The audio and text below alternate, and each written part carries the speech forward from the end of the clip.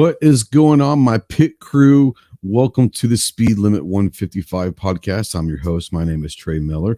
We are live on our Speed Limit 155 channel. We're also simulcasting for right now over on our main YouTube channel, Ghost Tactical. So if you're out there and you're maybe into guns, you like the gun life, or you like watching firearm videos, or maybe you're just interested in learning about guns and all of that, go check out our main channel, Ghost Tactical. We have a lot of gun reviews, gear reviews. We do a bunch of different podcasts over there as well. And it's a fun time, especially if you're into guns or learning about guns. Come on over and check us out. This podcast is obviously live over there right now, but once it goes off, then we will take that off the Ghost Tactical channel and trying to grow this channel a little bit. So if you're over there on the Ghost Tactical side, welcome to my Ghost Squad over there. Make sure you go if you like this, and we're assuming you like cars or like talking about cars or like listening about cars, whatever. Check out our car channel, Speed Limit 155. So let's take this off of my ugly mug and bring in our good friend from Florida, from Flo Rida.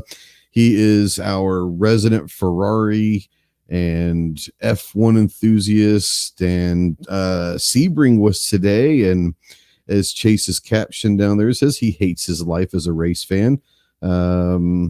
Yeah, you want to talk a little bit about Sebring? I know that you're a little upset about, a little butthurt about how all that went down, but it doesn't sound like Ferrari had their greatest day in the world, did it?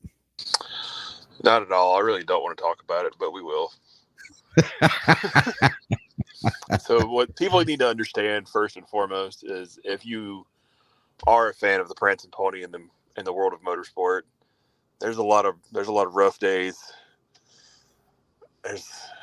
There was a time when Ferrari ruled all, and those days are not necessarily here anymore, you know? No, I mean, especially in the Formula One world. I mean, they were the dominant team for a good chunk of the 2000s. Rule changes, all that stuff happens. Mercedes was the dominant. Red Bull for a while, Mercedes for a while. Now it's kind of up in the air. Red Bull's got the upper hand the last couple seasons now. But the super, super terrible part of this is Ferrari's had so many opportunities to win it all. And terrible strategy calls, more than anything, cost wins, cost championships. And terrible strategy call today, the first time Ferrari has entered the top level of prototype racing as a factory in 50 years. That's why the car was number 50. The second one was number 51. It was terrible strategy call on the first safety car, literally cost them the race. It allowed Toyota to have better race pace, better fuel mileage, and that was what she wrote. Yep. Now, Scott out there says it's called "Who Can Cheat the Most and Get Away with It." Well, that's competition. That's competition on any platform, anything. If you're not pushing the limits of the rules to benefit you and your team, then you're not trying hard enough. I'd just say if you're not cheating, you're not competing. So that's the way it goes. You'll hear it a lot in the F1 world. Anytime something goes Ferrari's way, which has not been a lot in the last several years. Oh, it's the Ferrari International Assistance Corporation, coming to help them again, or whatnot. They've been definite Mercedes fanboys for the last several years. Like, there's been a lot of crap that's gone Mercedes' way. So let me ask you this: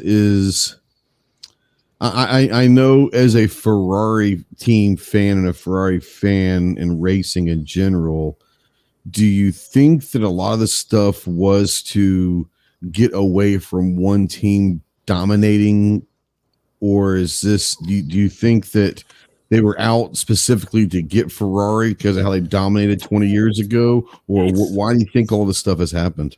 It's not necessarily trying to go after one team or another. Now, the FIA, who is the World Motorsport Authority, basically, the FIA and F1 intentionally put rules in place trying to make it more fair for everybody. Yeah. Because when one team is just winning and winning and winning, and when it gets old, and then viewership suffers and all that, and they know that. I understand that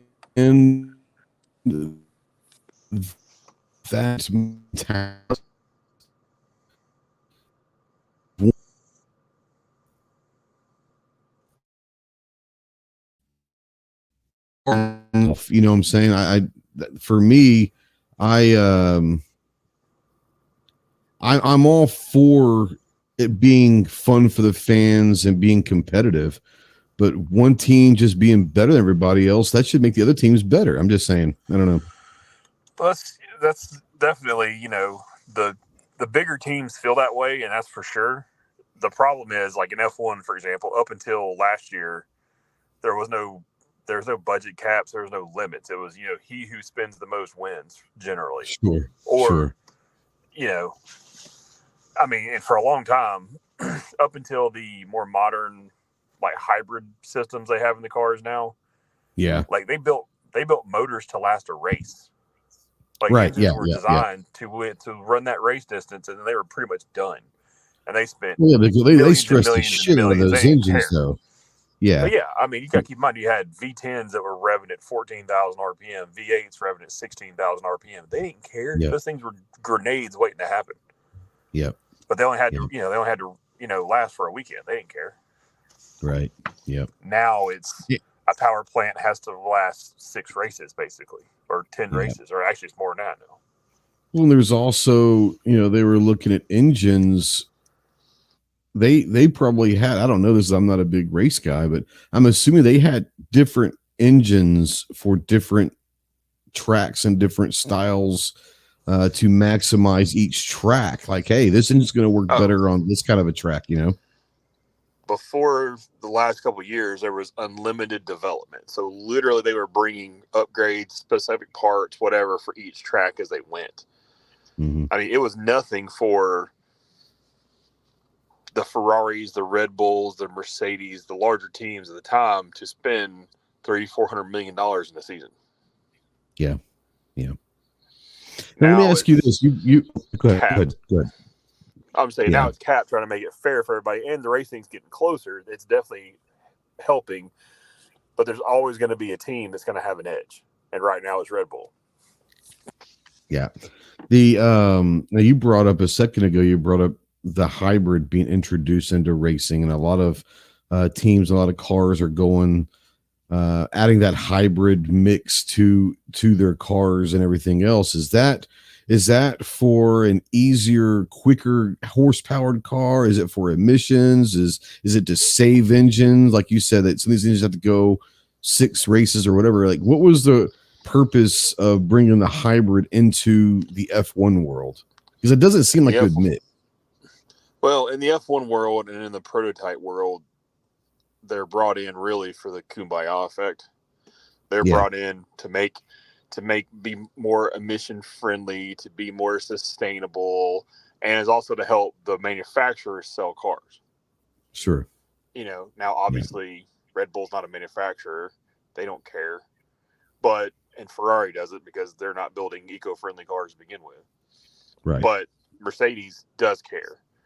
Renault, Alpine absolutely cared because it, translated into car sales. Yep. So that's where that came into.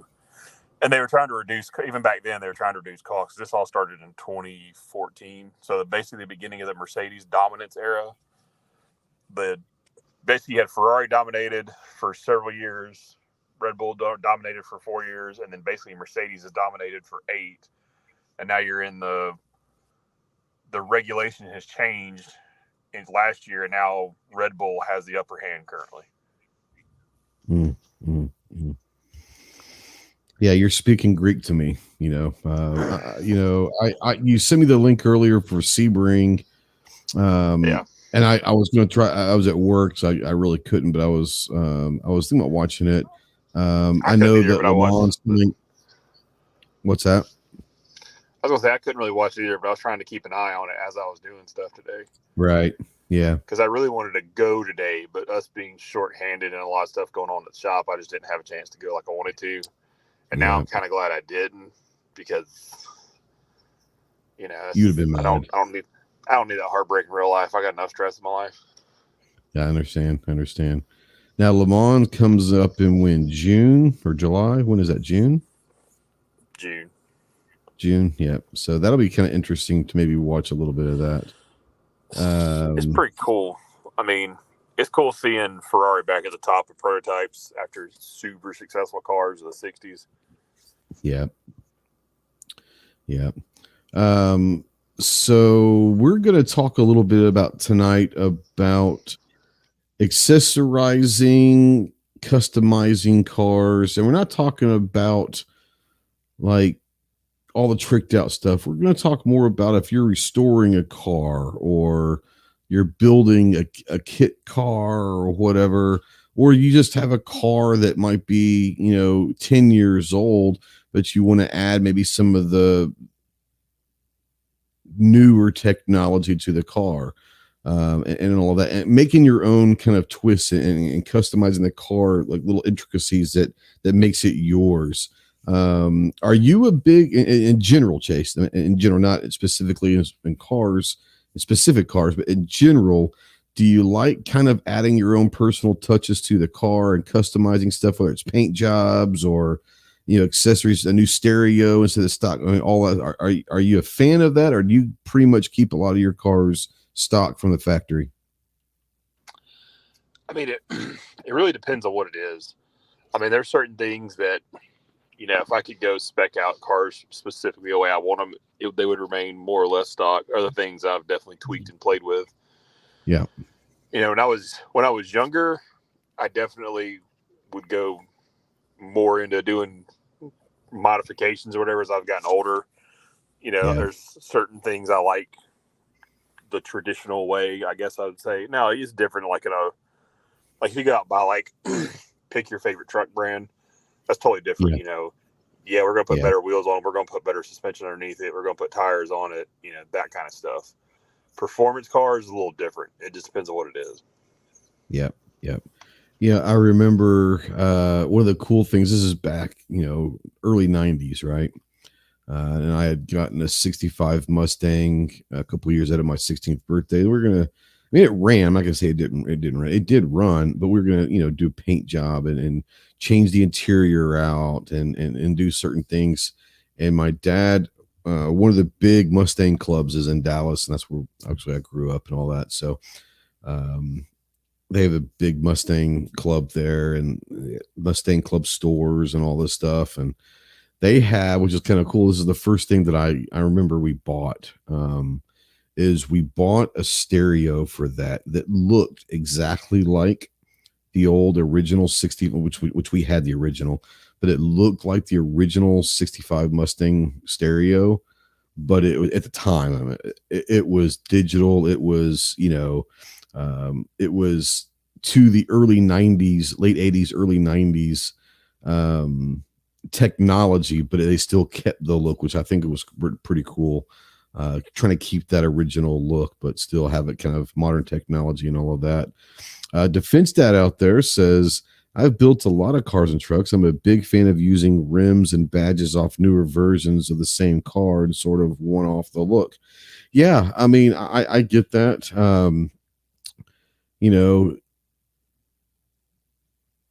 I am a big fan of wheels and tires and all of that, obviously. Kind of taking them, unless they're just really come like a really stock wheel or something that's pretty cool. But yeah, I'm all for that stuff. For me, I try to keep most of my cars kind of stock, unless I'm not gonna lie, like, the Hummer and the BMW, neither one of them have like Bluetooth car phones or music or anything like that. So I have installed, or in the process of installing a new 7-inch touchscreen stereo in the BMW. I'm going to have that ready to go here pretty soon, just so I can be able to have my music, my streaming music, have Bluetooth phone calls and all of that, hands-free, whatever, and all that. And then I think eventually I'll probably put a similar kind of radio in the Hummer. But I do like that kind of stuff, the upgrades of the technology and the radio. Unless, I mean, these are cars, like, I buy cars to drive them. And I know there's a lot of people that buy cars for the collection side of things and all that. I get that. I'm 100% for that. That's not me. Like, I want to drive my car. So when I get a car and I want to try to keep it the way it is, I probably wouldn't buy it if I didn't like the way it was, somewhat stock or factory or whatever. Obviously, wheels and tires or something like that. Like you said, suspension and all that. But I like the little technology upgrades. A new stereo that's, if you've got an older car that may not have that stuff, a new stereo kind of goes a long way to make it yours. I found a thing called Carly. Are you familiar with the Carly system, Chase, at all? Have you ever heard of it? I have, yeah. So I got one, and it's pretty amazing for a lot of reasons. One, it'll do a it plugs into your system underneath your steering wheel, where you get all your it'll check all of your diagnostic errors and all that, tell you what they are. For free, it's a free thing. It comes on an app. It hooks up to you, this thing on an app, and it'll do all the diagnostics for you, tell you what different things in layman's terms. Also, not just like, you don't have to be a mechanic and have all these codes and all that to understand what it is. It will give you the codes, but it'll also give you a brief description of what it means in layman's terms, which is great. But then you could mod the car. Something like, for me, is there's a lot of things in every car that the car is able to do, but for some reason the manufacturer doesn't turn them on right away. And we're not talking stuff that's going to cancel warranty. It's something as simple as, like on the BMW, mine did not come from the factory to be able to open and close the convertible top with your key fob. This thing you can go in there, you can just turn it on. And so when you unlock the doors, if you push it, a couple more times, as you're walking out to the car, the top will go down, the windows will roll down. Same thing, you lock it, and if you do a couple things, it'll close the top and roll the windows up and all of that stuff for you. A really cool thing, all sorts of stuff. I mean, and how well on the way your lights work. Like, most cars, if you're running fog lights and you turn your brights on, your fog lights go off. Well, you can mod it to where, your fog lights stay on when your brights are on, and all sorts of cool stuff. And it's nothing that's going to void the warranty. It's just some cool stuff that you can mod your system with electronically. But the cool thing really about it, the most, that I haven't obviously had to use it yet, but if you're going to look to buy a car and it's a used car, you can, it's called what they call a used car check. You plug this into the port and hit used car check, and it'll go through. And what it'll do is it'll go through the electronic system of that car, and it'll tell you if everything looks right, or it'll come back and say, the odometer says 30,000 miles. We see it's got 47,000 miles. Or something like that, or whatever. It'll give you any error codes that pop up. If someone tries to clear the error codes so it doesn't show them when you go there, when it doesn't show on the dash, you pop that in and it'll read any error codes that were there in the last, week or whatever, and kind of give you an idea, which I think is a really cool thing. So the Carly thing, I haven't played with it a whole lot, but so far I kind of like it. And I didn't know if that's something that you've ever, seen people. I'm sure there's other ones, not just called the Carly. There are other things out there that do the same thing, but have you ever played with one of those? They're pretty cool. I haven't played with a Carly specifically, but I've played with like some of the more mechanic grade ones, and just the stuff you can find out, like just literally plugging it into like a an OB port or whatever, is pretty cool. Yep, and that's all you do is you plug it in and you just sync with car. And now when I order the Carly, it'll ask you like, what kind of car are you gonna use it for, and I'll just put like BMW. And so it came with all the BMW mods like already in it, but you can use it for any car. It's not like this one's only for a specific model or make or whatever, or brand or whatever. And especially if you're going to go look for a used car, you just hit that used car thing and it'll kind of go through a diagnostic real quick to kind of give you any, hey, this is a red flag. Like something's going on. Like things aren't adding up in the system versus what it's saying, which I think is a really cool thing. And I think that might bring, I'm not saying that there's dishonesty in used car sales, but this might, not just the Carly, but these type of gadgets might bring a little more honesty to it, because if you're able to check all that stuff, I think that's only going to help people and say, hey, look, you're asking $18,000 because it says this, I'm going to give you 14 because it's really this, or 12 or 10 or whatever. And they're going to have to answer for what's going on. So that's kind of an interesting thing. Yeah, I mean, you look at the used car market now, especially, you got cars that 20 years ago people didn't care about are all of a sudden collector cars now. You look at like our generation, IROC body Camaros. Yeah, absolutely. The people call them, the OBS trucks. Stuff that was like people didn't think anything of, like the 94 to 96 body style or 97 body style, like Mustangs and stuff like that. The last of the 5.0s at the time. Mm-hmm. The 97 and like 03 Camaros are coming in hard now. Or if you can find like a late 80s, early 90s, like Chevy Z71, at least around here, like those people are going insane on those. Like people are paying more for them now than they were new, Yeah. And it's so something like that comes in handy, because we're not going to say all used cars salesmen are shady, but there's a lot of that goes on, especially now that there's a serious market for all that. Because, people who are our age, people who are mid 30s, mid 40s now are, they're buying the stuff they wanted when they were a kid or a teenager they couldn't afford back then. Absolutely. We talked a lot.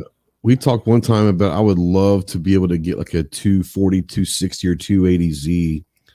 I can find some 240s out there that's got a couple 100,000 miles that are pretty rough. But like, you want to try to find like a 280ZX, like an 82, 83 ZX, even some 260s, you're talking 30 to 40 grand now. And it's like, holy cow, that's insane. Some of these cars, what they're quote unquote worth now, all the Z bodies are just losing, like they're insane. Yeah. It's crazy what some of those, well, like your vintage of your BMW, look at that. Yeah. Look at those early 2000s, like Honda S2000s, what they're going for now. If you find one that's not just totally ragged out. It's crazy. Yeah, the S2000s are crazy. The early Z4s, which is what I have. Man, these things are, some of them are going for $25,000 to $40,000. They're 03, 04, 05. The original E85 model of the Z4. A lot because of that M54 engine, and that's one of the greatest straight six engines that BMW ever had. So I think a lot of it is that. I think that when the Z4 came out and replaced the Z3, I think people question some of the body designs and the lines in the car. And now it's so funny, 20 years later, like, they're exactly what people want these days. They may not have worn them 20 years ago, but now the lines on some of those early 2000 cars, like the S2000s, the late 90s Miata,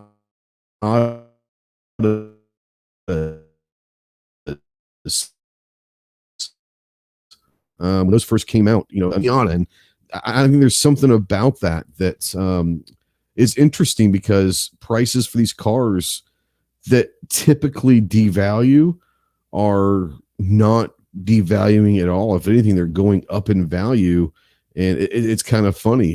You're talking about that exact thing. You're talking about cars that are 20 years old that may not have the technology as far as, GPS or Bluetooth or, Apple CarPlay and all that stuff. But man, people want them. People, I would love to have an old 280ZX. That was my dad had 260 and a 280. But that 280ZX, when I was a kid, I remember it was the first car that talked, and I would love to find one. I can't find one for less than 30 grand now, and it's insane to me. Absolutely insane. Defense dads. Oh, go ahead. No, I was just saying there's a lot of cool cars from that era now that a lot of us would love to have, because there's stuff we wanted back then, but because of that demand now, and because there's so few good examples left, the market is insane. All that, it's crazy. It is, and there's a lot of stuff that cars that were considered valuable that didn't transact for as high as they did because of other things out there. More people are appreciating them now, and so now the prices are getting drove way up on that stuff too. Oh yeah. The whole market's just turned around goofy.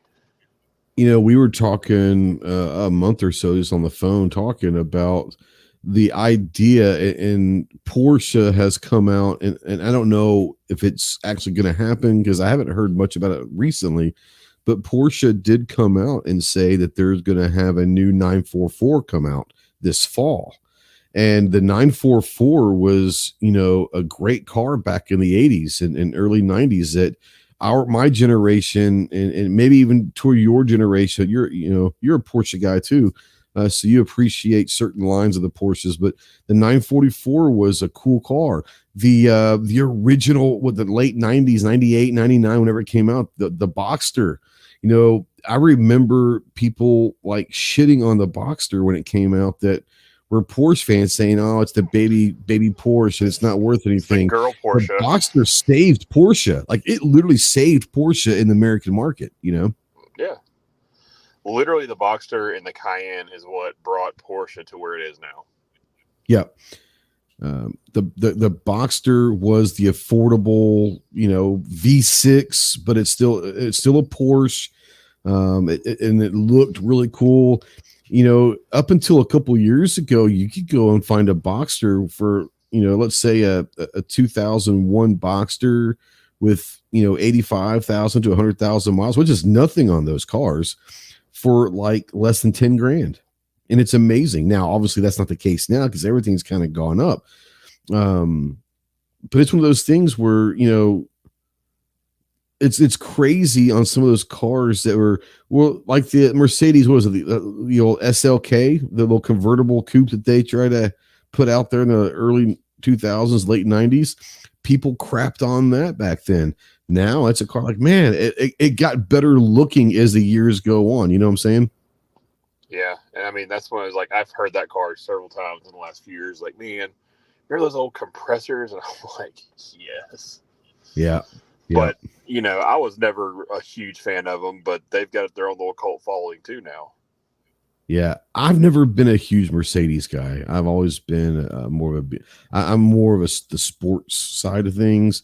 I appreciate what Mercedes are, but I've always been more of a Porsche and BMW guy. I like the sports car side of things. And that's what I love about the BMWs. You can go and get like an M5 or something and have a great engine, but still be somewhat of a family, car type thing, which is a great thing. But yeah, you can.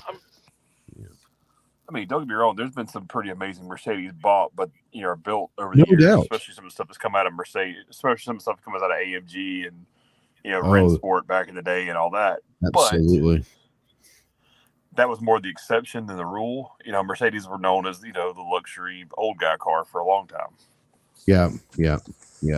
Like the Mercedes and Cadillac to me have always kind of been, like you said, the old guy car. Yeah. You're talking the AMGs. What's that? You want something comfortable, something nice. And it's an attention getter, but it's not a flashy attention getter. It's a classy attention getter. Yeah. And you want something that's comfortable to ride. Those guys weren't buying AMG Hammers, in the late 80s, early 90s. And they're damn sure not the, AMG Black Series customer now. Yeah. I'll tell you, if I was to get a Mercedes, the only one that I could sit there right now and tell you, yeah, if I could find one for a good price, it's all these things. They're crazy stupid prices now. But the Mercedes, the AMG, like the G series, like the SUV, those G series, man, they're awesome looking to me. But they're stupid expensive, and yeah, but that would be the Mercedes that I'd want, would be good, like a G series, because those AMG G series are pretty, for me. I like the way they look. They remind me of my old Land Rover, and so it's, those G class or G series, whatever they call them, those are pretty sweet to me. I like those. Those are the Mercedes that I'd like to have. Yeah, the old G wagons are pretty cool. New G wagons are still pretty cool, but like the old military G wagons and the old like 300D diesels. Oh yeah, back in the 70s and 80s, those are pretty slick. Those families, 280s, 300s. I will say though, in more recent history, have you seen a C63 AMG, especially the black series from like the early 20 teens, like 2011, 2012 time frame? Somewhere. Yeah. Like, absolutely. I'm not the biggest Mercedes fan, but I would absolutely love to have that era, like a C63 black series. Because who doesn't want a 6.2 liter V8 that's just insane? Well, and someone came with the V12 also. Like there were some models that it was an upgrade, but there was that V12 that was available. When they try to dive into the quote unquote supercar, with it, but the 63, those actually, the front grille, the front end of that car makes that car for me, like as far as the looks. It does. I think just mean looking. It sounds great. Yeah, and especially like the all blacked out version. Yeah, it's pretty sweet. Now they had a I seen one. I don't know how old it was. It looked new, but who knows? And it might have been a wrap, but it was kind of like this gunmetal matte gray.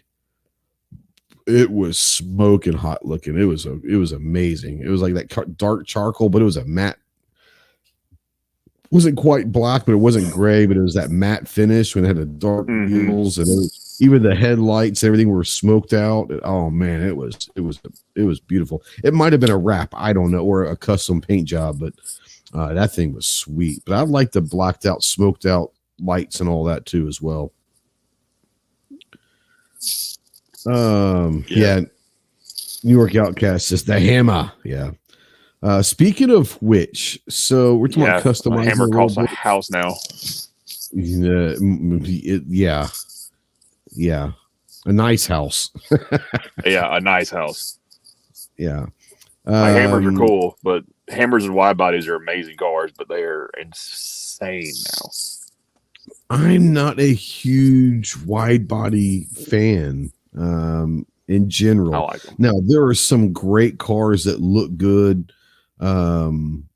Wide bodied, some of the Nissans and like an old Skyline, that with the wide body kit on it that look good wide bodied, but in general I'm not a huge wide body guy.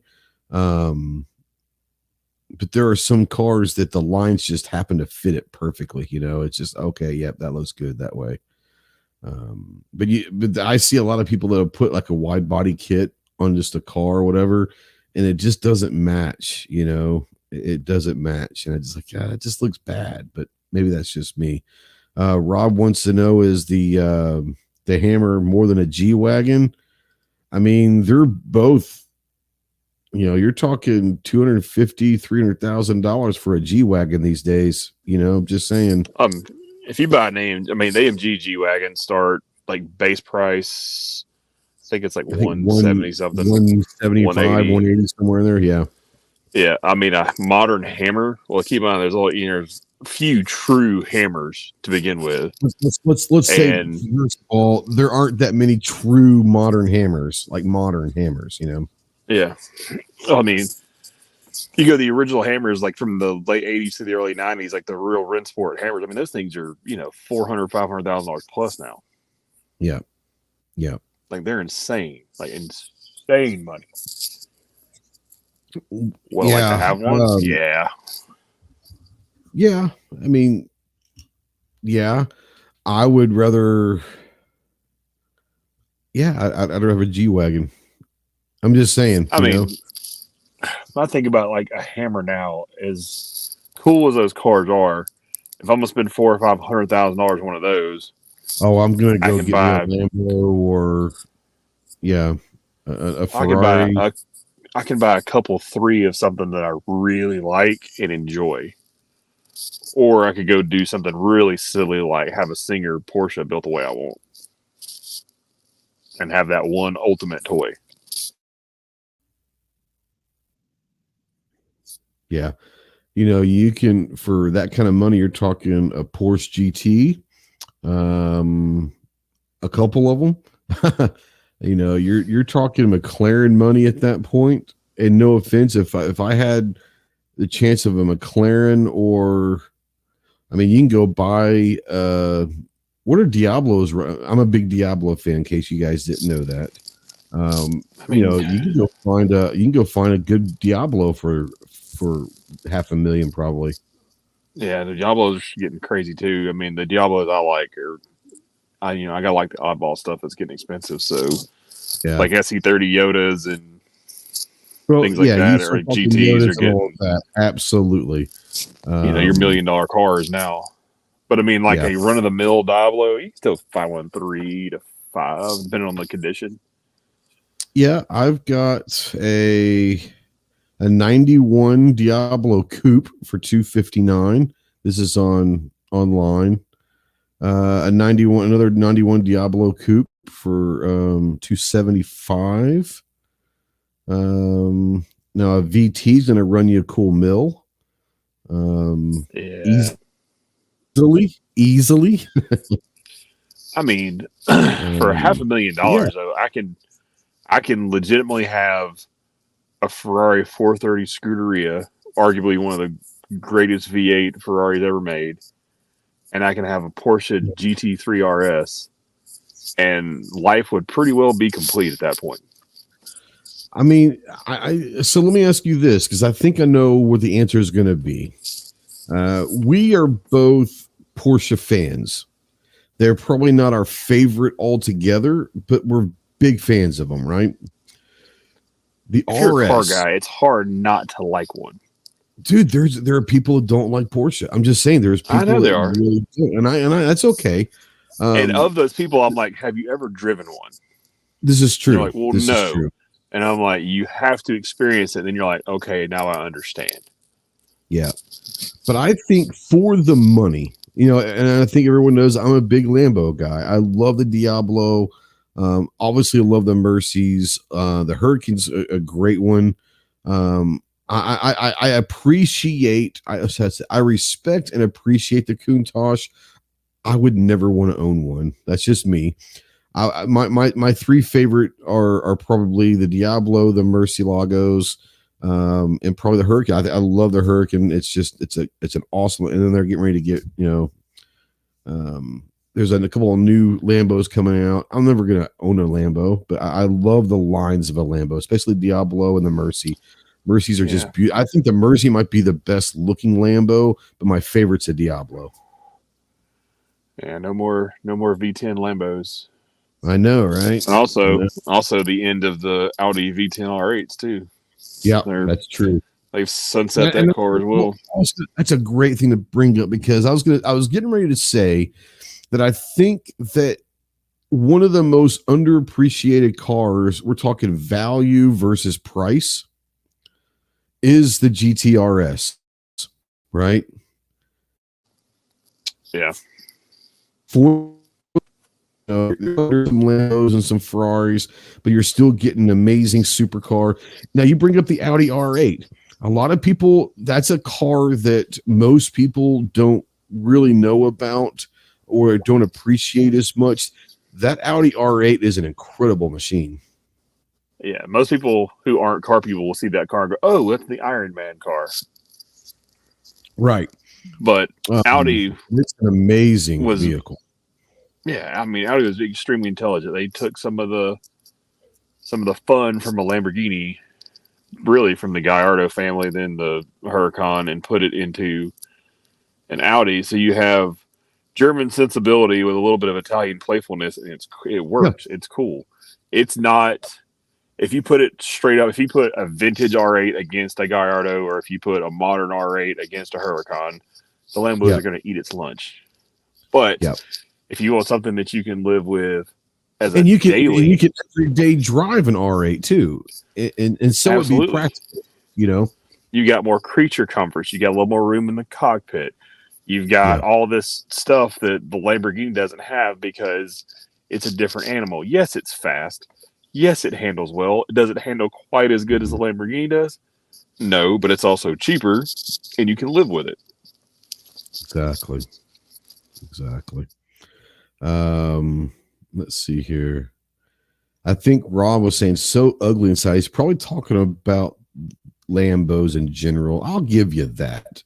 I'll give you that they are historically not the best looking cars on the inside. They're not the most comfortable cars, but they I would weren't argue that designed until the to be Mercy. that everyday driver, you know. Yeah, What's the Mercy really stepped it up. I said I would argue that until the Mercy. 100%. The Mercy really stepped it up. The Gallardos, the early Gallardos, left some stuff to be historically, desired. Lambos aren't that thing, you know. No, but especially now the more modern, like the Huracans, the Aventador, even the Urus SUV, like they have. You get in those vehicles now, and you're like, okay, I'm in a Lamborghini. I'm in something special. Like they've turned it up to 11 inside. If you can get inside of them. Believe it or not, I mean, the new ones have way more room than people think in them. Like it's not as difficult to get in one as they, were. Now, like a Countach, like, yeah, not happening. Can't do it. Right. Let me do this real quick. I'm a 6'3" little dude, so I can definitely just crawl right in a Countach. Don't worry. I mean, here's the thing. Like, I get the fact that these cars aren't the most practical. They're not the easiest to get in and out of. I'm not a big guy, so I don't have that problem necessarily. I will say this. My Z4 is, even for me, it sits so low to the ground that if the top is up, like it's, even for me, it's kind of one of those, I've got to put my ass in and swing my feet in. I mean, it's the way it is, and you have to get used to that. I can't imagine someone being 6'3" fitting in that car. Not because it's a small car. It is a small car, but it rides bigger than it is. But just getting into it is so low to the ground. It's the profile's low. It's you got to do the supercar slouch, man. I mean, it's what it is, and you know what? That's okay for me. I'll take that. I'll take that. Yeah. And I mean, like a modern Porsche is a good example. So we were talking about Porsches a lot. Modern Porsches have a lot more room, especially 911s. Like now, the last several generations, way more room inside than people think they do. But they're a good bit wider and longer than they've ever been. And a lot of that comes from the racing side of things. Well, exactly. I was going to say a lot of that comes from that world. And it's amazing what things can do to influence different designs. And, the not just the Porsche, but the Lambos, the Ferraris that were the quote unquote street cars.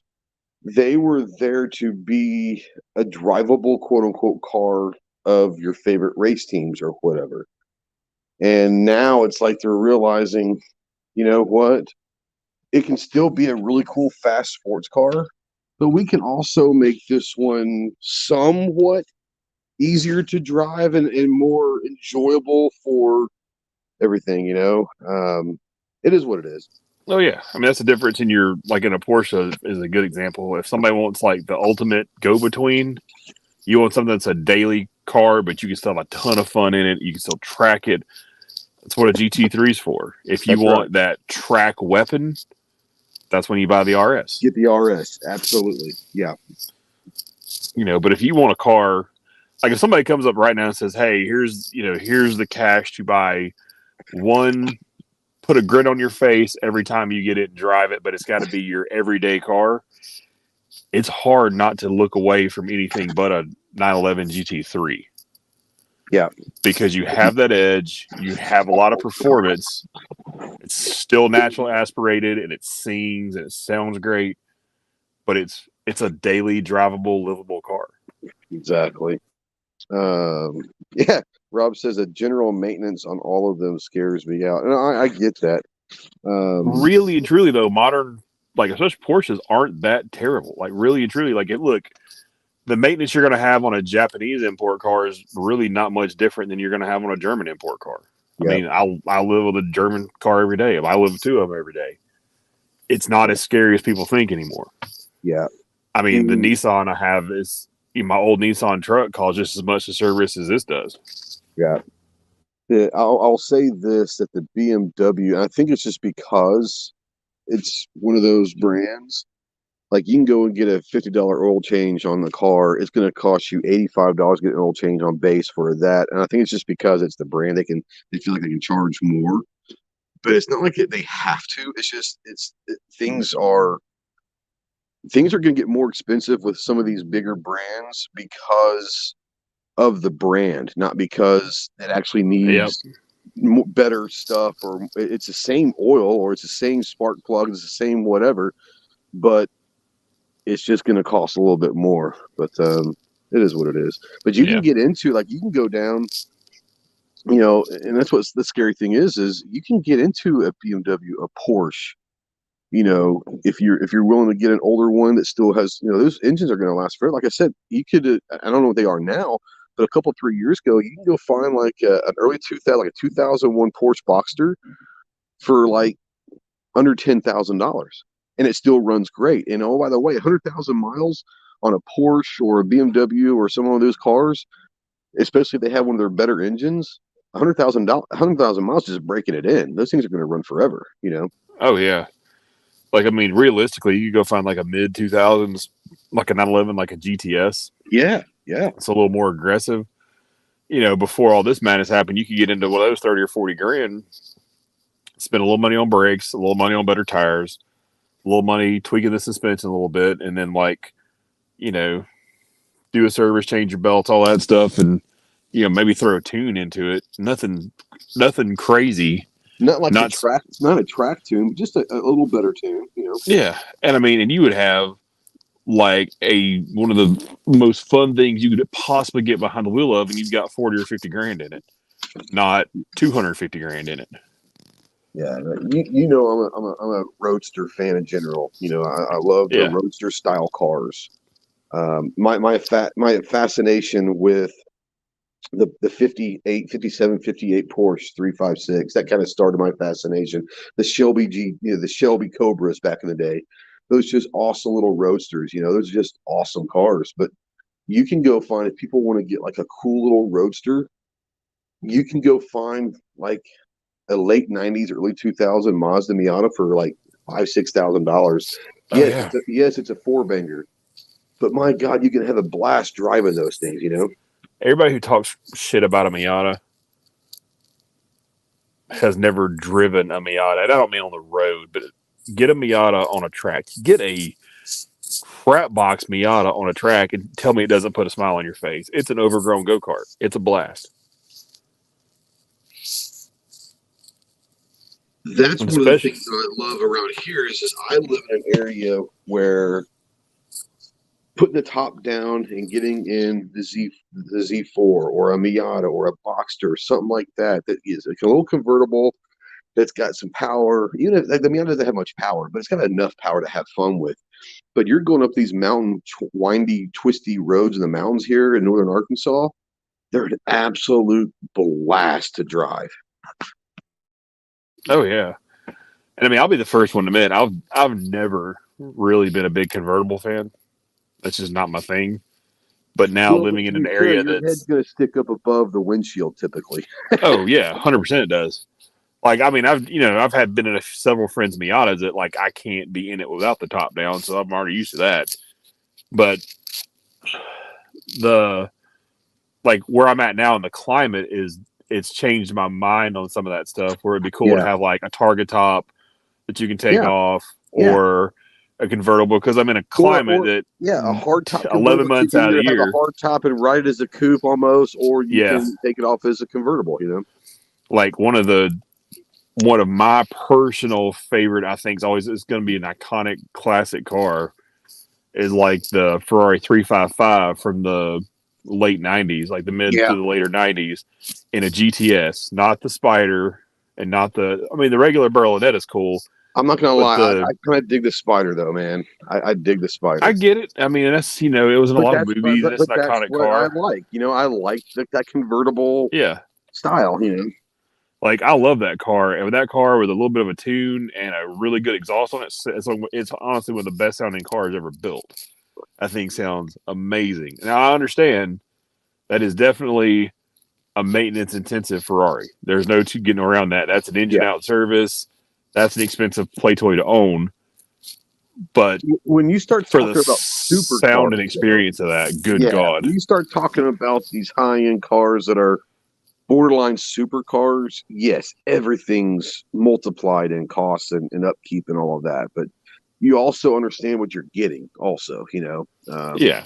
you're paying for that. Now, Rob out there, New York Outcast, says I got suckered into working on a friend's BMW, and even when I searched online for parts, they aren't cheap. I think I got a good deal, paying $800 for rotors. I mean, I've literally got to do my back brakes right now, and I got to replace rotors too, and I'm looking $700-800. So I mean, that's my pretty wife's Camry had to get them done. It was $600 just for the Camry to get done. Yeah, but that's what I'm saying. The cost of anything that's an imported part now is expensive. Doesn't matter if it's Italian, German, Japanese. It doesn't matter anymore. It's all expensive. Yeah. So let me ask you this: talking about kind of customizing cars, and I've talked to you about this on the phone, but there's a part of me, and I love my Z4s. It's beautiful. It's bright, cherry red. It's a beautiful, beautiful car. But the problem with that car is it sits so low to the ground, it's susceptible to paint chips. Now, there was obviously a few paint chips here and there when I got it. And obviously, I drive it more than my buddy did. And so there's getting a couple more. And it's not bad, but there's definitely some noticeable paint chips and all that. I've thought about wrapping it instead of getting a new paint job because I love the original paint job, but I think wrapping it might be better. Where do you come down on? Well, I think wraps are cool. I'm totally cool with wraps because I mean you have your original underneath it and it's protected, so whatever. And like for yours, if your paint's all right other than a few spots, I was like, go have a paint correction done and then PPF it and ceramic coat it, do both. You're great. You're golden. Yeah. And that's the cool thing about it also is with the new ceramic coats that have come out in the last few years, they really are pretty awesome about that. Where before you could do the paint repair and cover ups and all that. But the way the ceramics are now, even the ceramic like waxes are pretty damn cool. I mean, they've come a long way in the last few years with that stuff. So I don't know what I'm going to do yet. I don't know what I want to do yet. There's a part of me that says I can fix the 6 or 7 little paint chips and be good with it. But I am thinking about wrapping it. I don't know what I'm going to do yet. I don't know what I'm going to do.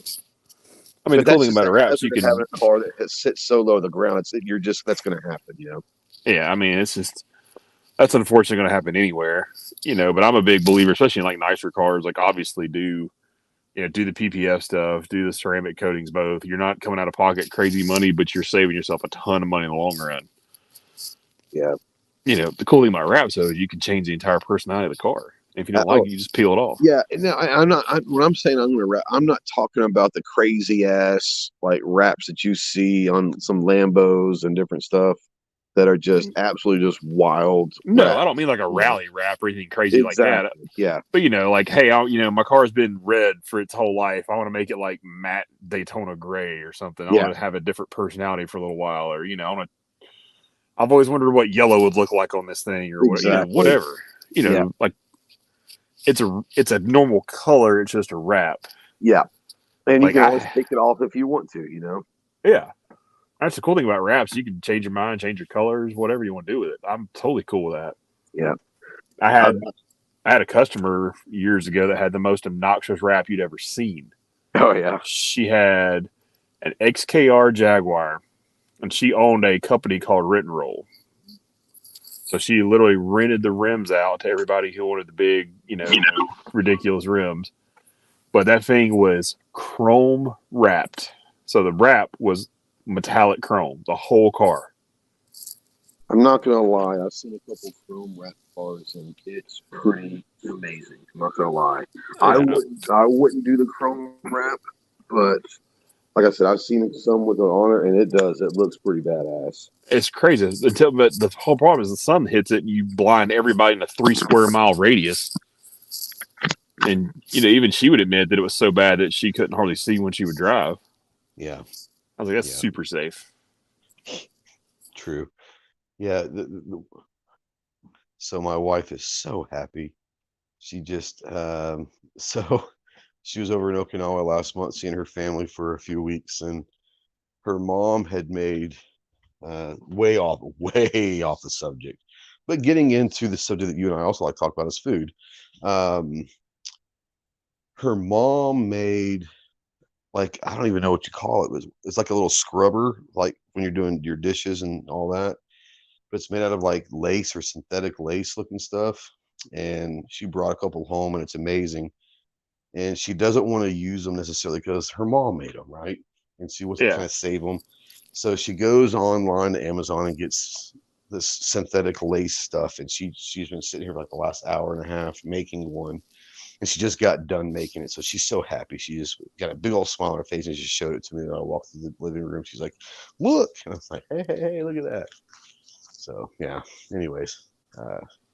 No, what I'm thinking about with the Beamer is the top part is it's a convertible, so that the top is black, but the top part of the hood of the back, the side of the doors and all that I want it to be like a metallic silver. And then like the bottom part of the door, the bottom part, like by the fog lights and all that, and then the back, like doing it like a midnight blue or a black, like metallic blue or black. It's gonna be like sweet. I tell you another one I've also thought about doing. You should go super 90s on this thing. Like orange crush, orange, like teal and purple, like triangles and swipes and crap on it. Like a trapper keeper. Make your car like a trapper keeper. Oh my God. I tell you one that I saw online. It wasn't a Z4, it was just a car, but they had done it. And it's awesome looking. It's like OD green, but it's a matte OD green. And they did like the yellow pinstripes here and there to like kind of contour the lines. That matte OD green wrap was pretty badass. I'm like, snap. I've seen some of those really muted greens like that. And I keep in mind, I'm a sucker for green. I am too. Like if I've ever. Speaking of which, it's St. Patrick's Day, so happy St. Patrick's Day. Irish there. I'm an Irishman, so. Yep, I am definitely of Irish descent. I'm actually sipping on Green Spot while we talk. Yeah, there you go. But that's 100% me. Like if I ever had, do what I want, silly money. Yeah. Like I'm talking like the Ferrari tailor-made program. Yeah. But you get to choose every little detail and nuance. Mine are going to be green. Yeah. Now, like, are you like a Kelly green or a forest green or an OD There's green? A couple of different greens I like. There's some old, like historic, like 1960s that are kind of deeper, not British racing green, but kind of a deeper green. I was going to say British racing or what I call Jaguar green, that kind of deep forest green. Yeah, it's a pretty color. Now, if I ever have a Jag like that, if I ever get like a D-type or an E-type, absolutely British racing green. Yeah, absolutely. You got to do it. But there's some pretty cool, green shades that are like in, some. There was some actually like 60s like historic, teams that ran green liveries that were pretty cool. And like I like the Nart blue, the old North American Racing Team blues, and sure, yeah. I want something different. I mean, everybody does red, and I kind of dig the idea of in the color combination. It's not what I would call a Miami Vice flavor, the turquoises and the hot pinks and the yellows, and like there's something cool about those color combinations. I was always you can do those colors and still make it somewhat classy and not make it, look like a weird thing. Yeah. Like I was always like, when it comes to Lambos, especially more modern, like Mercy Gallardo or Ford. Yeah. Verde Ithaca is my thing. Like that, like hurts your head lime green. Like Now, who was it? Was that it with all the black Hoovy or accents. was it Ed or Hoovy that had like the really bright turquoise Mercy? I can't remember if it was Hoovy or if it was Ed I think it Bullion, but was. I think it was Ed, one of the ones they had wrapped. you know, it was rap for sure. Yeah, But I want to say it was. I want to say it's on the car trek. I want to say maybe Ed had like a turquoise, or it might have been Tavares. I'm not sure. And I know Tavares's McLaren is kind of it's not necessarily that bright turquoise, but it's kind of a brighter blue. it's a brighter But blue, and it's got that really cool blue dyed carbon fiber all over it yeah, too, which is real yeah, slick. yeah. But like Like Lambos look good with those bright ass colors. I they mean, do. they just something about that. And to be honest with you, I know people when they think Ferrari, they think red. For me, if I ever own a Ferrari, it's going to be bright yellow. I love the Ferrari yellow. I I just think do it's a like sexy Giallo. color. Yeah, I mean, you gotta keep in mind that was, the Ferrari, the Ferrari logo is yellow for a reason. I mean, a lot of the early Right. Ferraris were yellow; they weren't red. Yeah. Red came about because in The racing series in the Testarossa 50s and probably. It was the 60s, well, first big. I'm just talking about the first main the car that people remember Ferrari, the Testarossa, yeah. and all Well, I that mean, was that red. And then early obviously cars are black Magnum and white PI anyway. was red, and Yeah. But like they got associated with red because at the time, red was the color of the, Italian cars and racing in yeah, the 50s and 60s. yeah, Same as silver was for German was cars, British was Racing Green Porsche was for absolutely, yeah, British, that's where those colors came from. Blue was an American color, yeah. just, there's, obviously exceptions to the rules and whatnot, but that's where a lot of that came from, and then the association never left. But Yeah. I'll be totally honest, when it comes to a Ferrari, I'm not a Rosa Corsa fan. Oh, really? The traditional, where everybody thinks of as the traditional Ferrari red Rosa Corsa. Yeah. Absolutely not. I like Rosa Scuderia, which is the race team red, which is a brighter, almost an orange tint to it. Yeah. Or some of the other flavors. But red's not my thing when it comes to those. Like, I really like the giallos, the yellows. I like a lot of the silvers, the blacks. I like a lot of that. I'm a big There's fan of something like about a the blue silver Ferraris. car. My dad had a silver 260Z, and his 280ZX was silver with the blue trim and all that. And obviously, Yep. I'm a huge fan of the old 356, and to me, a 356, I think of a 35. I think that silver, that Porsche silver back in the day, and there's something about a silver car that I just love. Yeah, I've never been a fan of like the traditional guards red Porsche. It's just like, Yeah. it's not my thing. If I was going to do a Porsche, I would go probably black, all black. And I tell you, like I've seen a couple of those late 80s, early 90s Carreras that were like really famous back in the day, those late 80s Carreras that were all white. I'm not a white car fan typically, but some of those old Carrera, maybe it's just the Carrera lines look good with white or something. I don't know. Yeah, certain cars can pull white off pretty well, and it's just got to Yeah. they got to be really well done. Yeah, I'm like you. I like a lot of that. Like if I could go build my GT3 RS right now the way I'd want it, it's either going to be lizard green or mamba green. Yeah. With my close second would be, I forget the exact shade, but it's that crazy orange that was on the last generation GT3 RS with all the black accent. But I mean, it's going to be that color, and everything else is going to be murdered out. I don't want a speck of chrome anywhere. Yeah. I've got a buddy who here locally, and I'm going to be doing a video on it. He's got a Shelby Cobra kit car. He spent well over 100 grand on it, which is crazy to think on a kit car, but I mean, it's pretty damn perfect. And he had taken an old Corvette engine and put it in there for the engine, and I think it's just amazing. But it's that.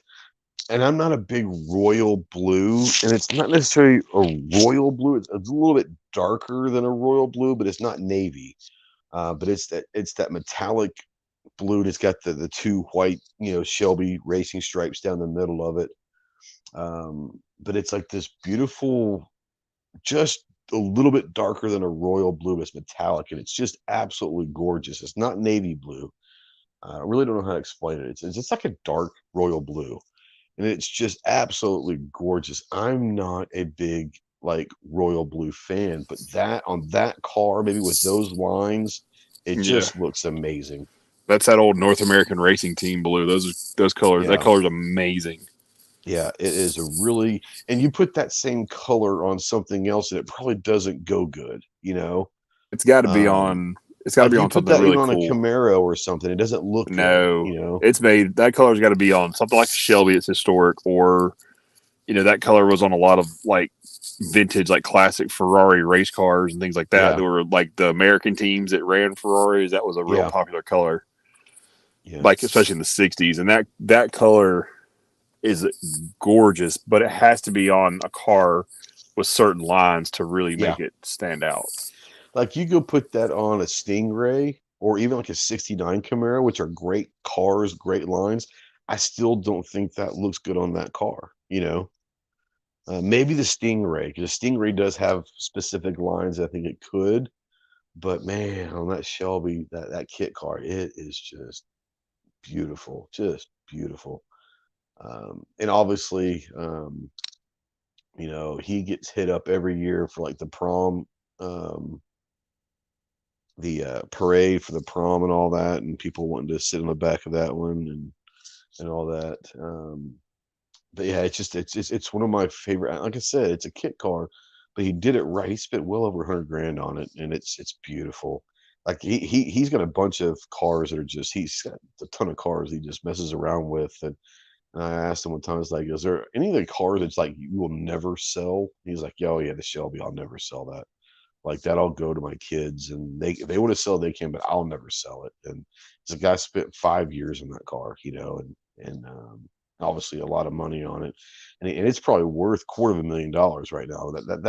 That old, when I say the Corvette, I'm not talking like a modern Corvette. I think it was out of a one of oh crap, what was the old Corvette, the 70s model Corvette engine that everyone seemed to love, like the old C3s, like the Z3s, but they hated the car, but they loved the engine, like the old 427s. And maybe it was I think it is a 427, but that's what he put in it, and it's freaking it'll roll, bro. It'll push it.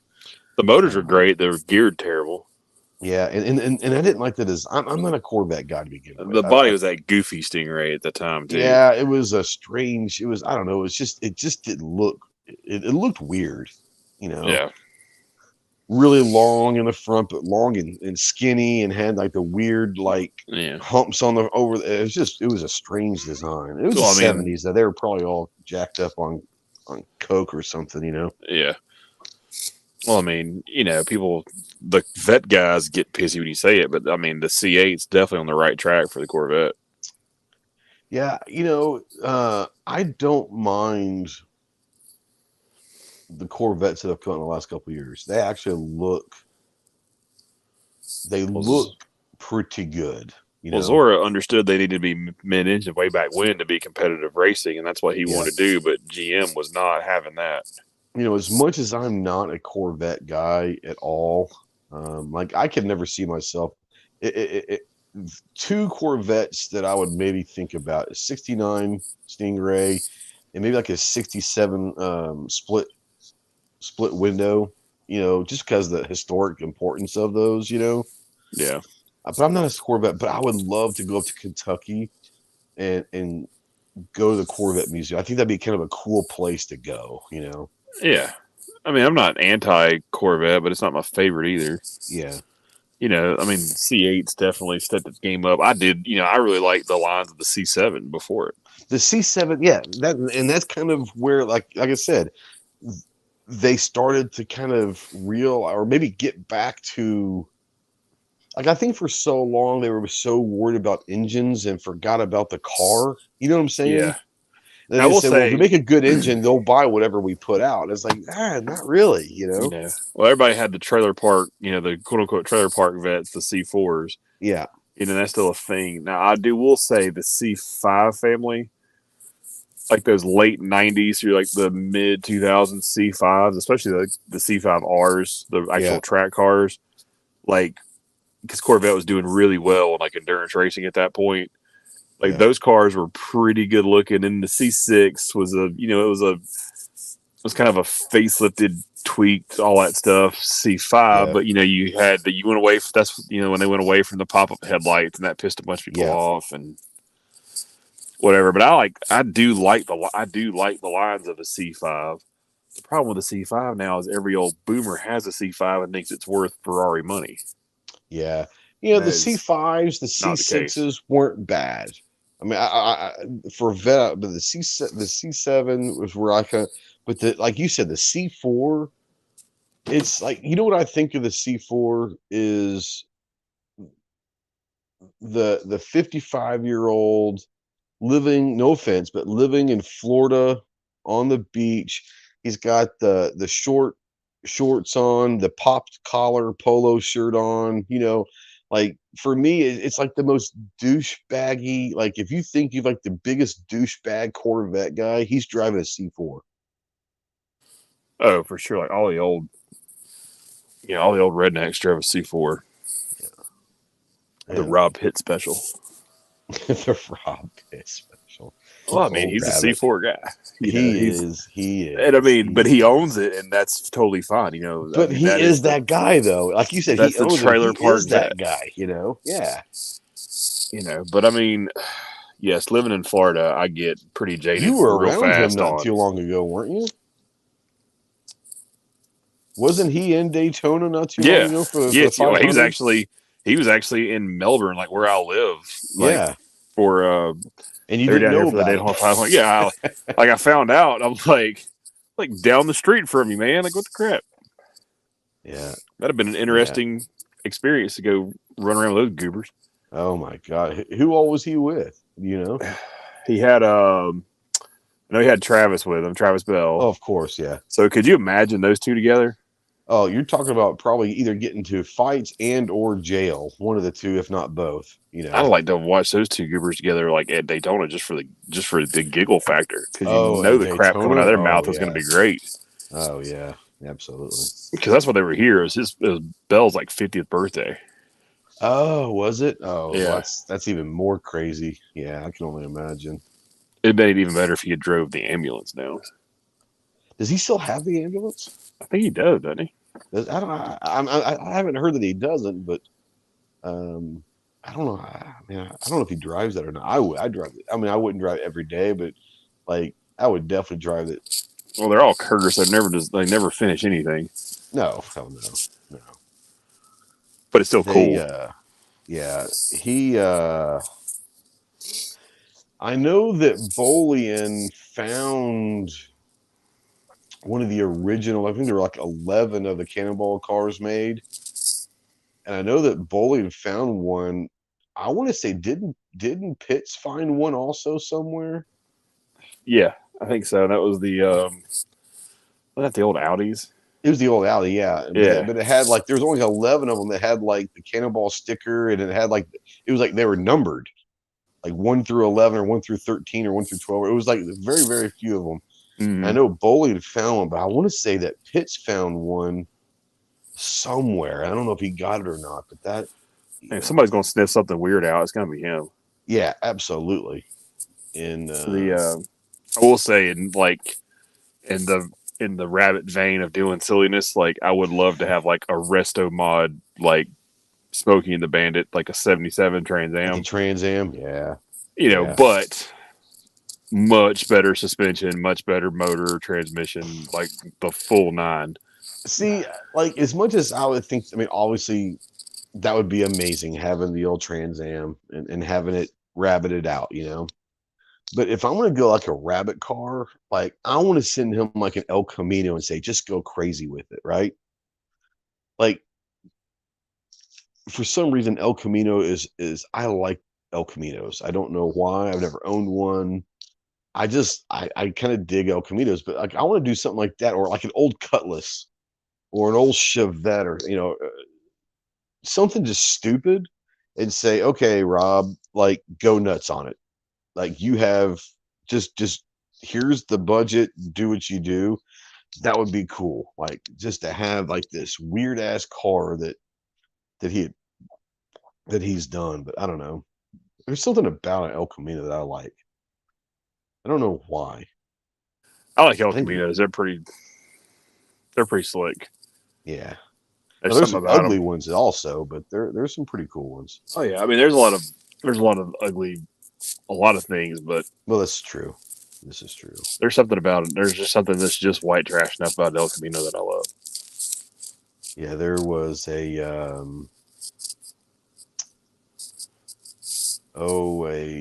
GTO. This is probably a couple years. This is before it was before COVID, about maybe like 2019.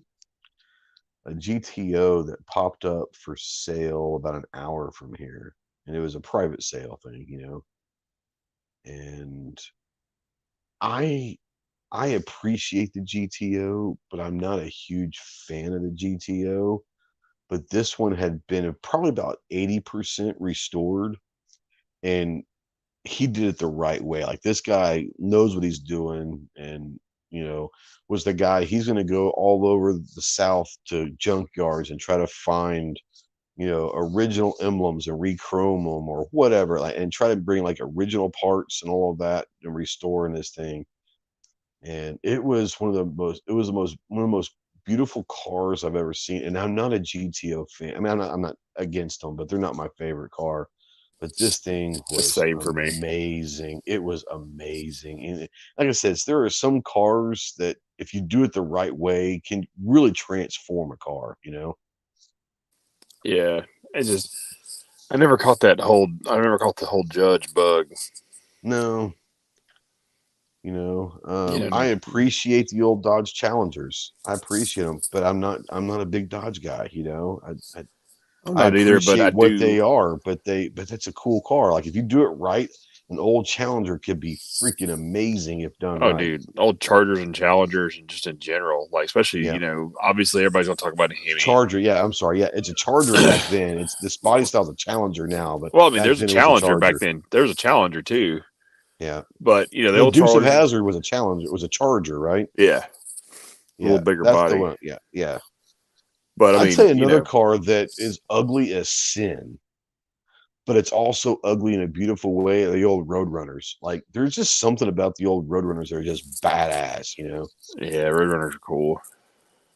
But they're not pretty. Like they're really not. Like the design is not a pretty design. But No, like now they look badass. Like I don't know. I mean, they're definitely that, and then they're just getting like super birds are a great example of how just insane Yes. something can get. Yes. But you had Yes. the Roadrunners, and I can't remember what the other that was in that era, like old Dusters and stuff like that too. Yeah. They Do you just like Thunderbirds? Like old Thunderbirds? Do you like T-Birds? I've never been a Thunderbird I fan, never have man. either. I just I can't do never it. have been a big T-Bird fan.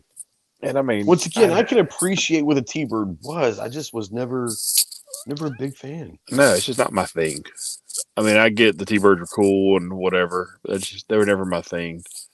Now I love like the old 55 to 57 Chevy. Like I'm probably more of a 55 guy than I am the 57. The 57 is obviously the famous one. I'm more of a 55, but that old like mid to late 70s Chevy designs, those were badass designs. They're great classic designs. And Yeah, I those see them were. around here. We got a couple old guys that have restored them, and they're just gorgeous today. Like just gorgeous. Yeah, those are cool cars. All there's a lot of stuff like the '50s era that were just cool anyway. Yeah. Yeah. Do you ever Doesn't watch matter. Gotham Garage at all, or did you ever? I don't know if it's still on. I don't know if it's still on or not. But did you ever watch Gotham Garage? I did not. I mean, I watched a bunch of random shows like that back then, but I never really got into Gotham. Yeah, I never did either. But I remember a couple episodes, and I've watched them recently during the old ice storm when I was just at the house having to binge stuff. But there were a couple old concept cars that that he had found or something that he had done restored over at the Gotham Garage. And yeah, some of those old 50s concept cars are freaking amazing. But concept cars, I like concept cars in general, you know. Oh, dude, there's some really cool concept cars over the years that just it'd been really cool if they got somewhere like the one that would be really cool to do now. Do you remember Yeah. Do you remember this was like I don't know late '90s, I guess maybe early 2000s. I think it was late '90s. The Ford was it the GT90? It was like super like futuristic looking. You talking about the It looked GT80? no, I think it was a GT. Was it GT90? I remember the GT80 that kind of reminded me of, it sounds bad, but it kind of made like of the old Speed Racer car a little bit. Do you remember that one? GT90. GT90. Was a GT90 the one that looked kind of like a Lambo?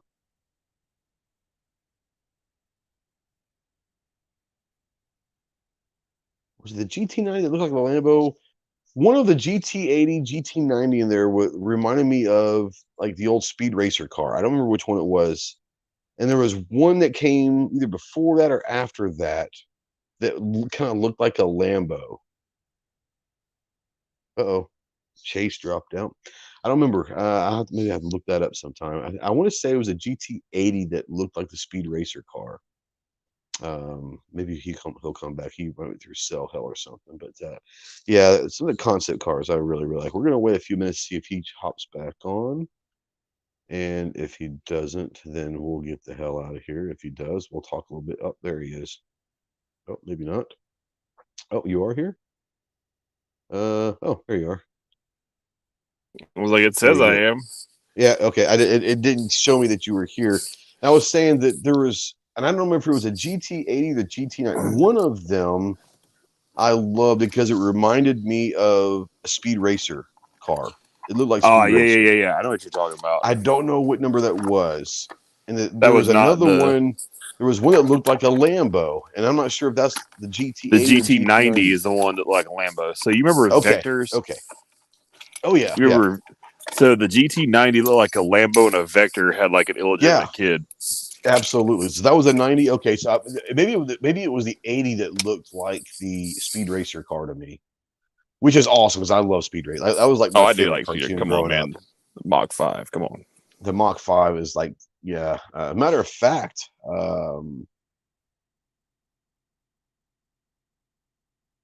was it Gotham Garage that did the Mach 5? That's was it them? Who was that? Who did the Mach 5?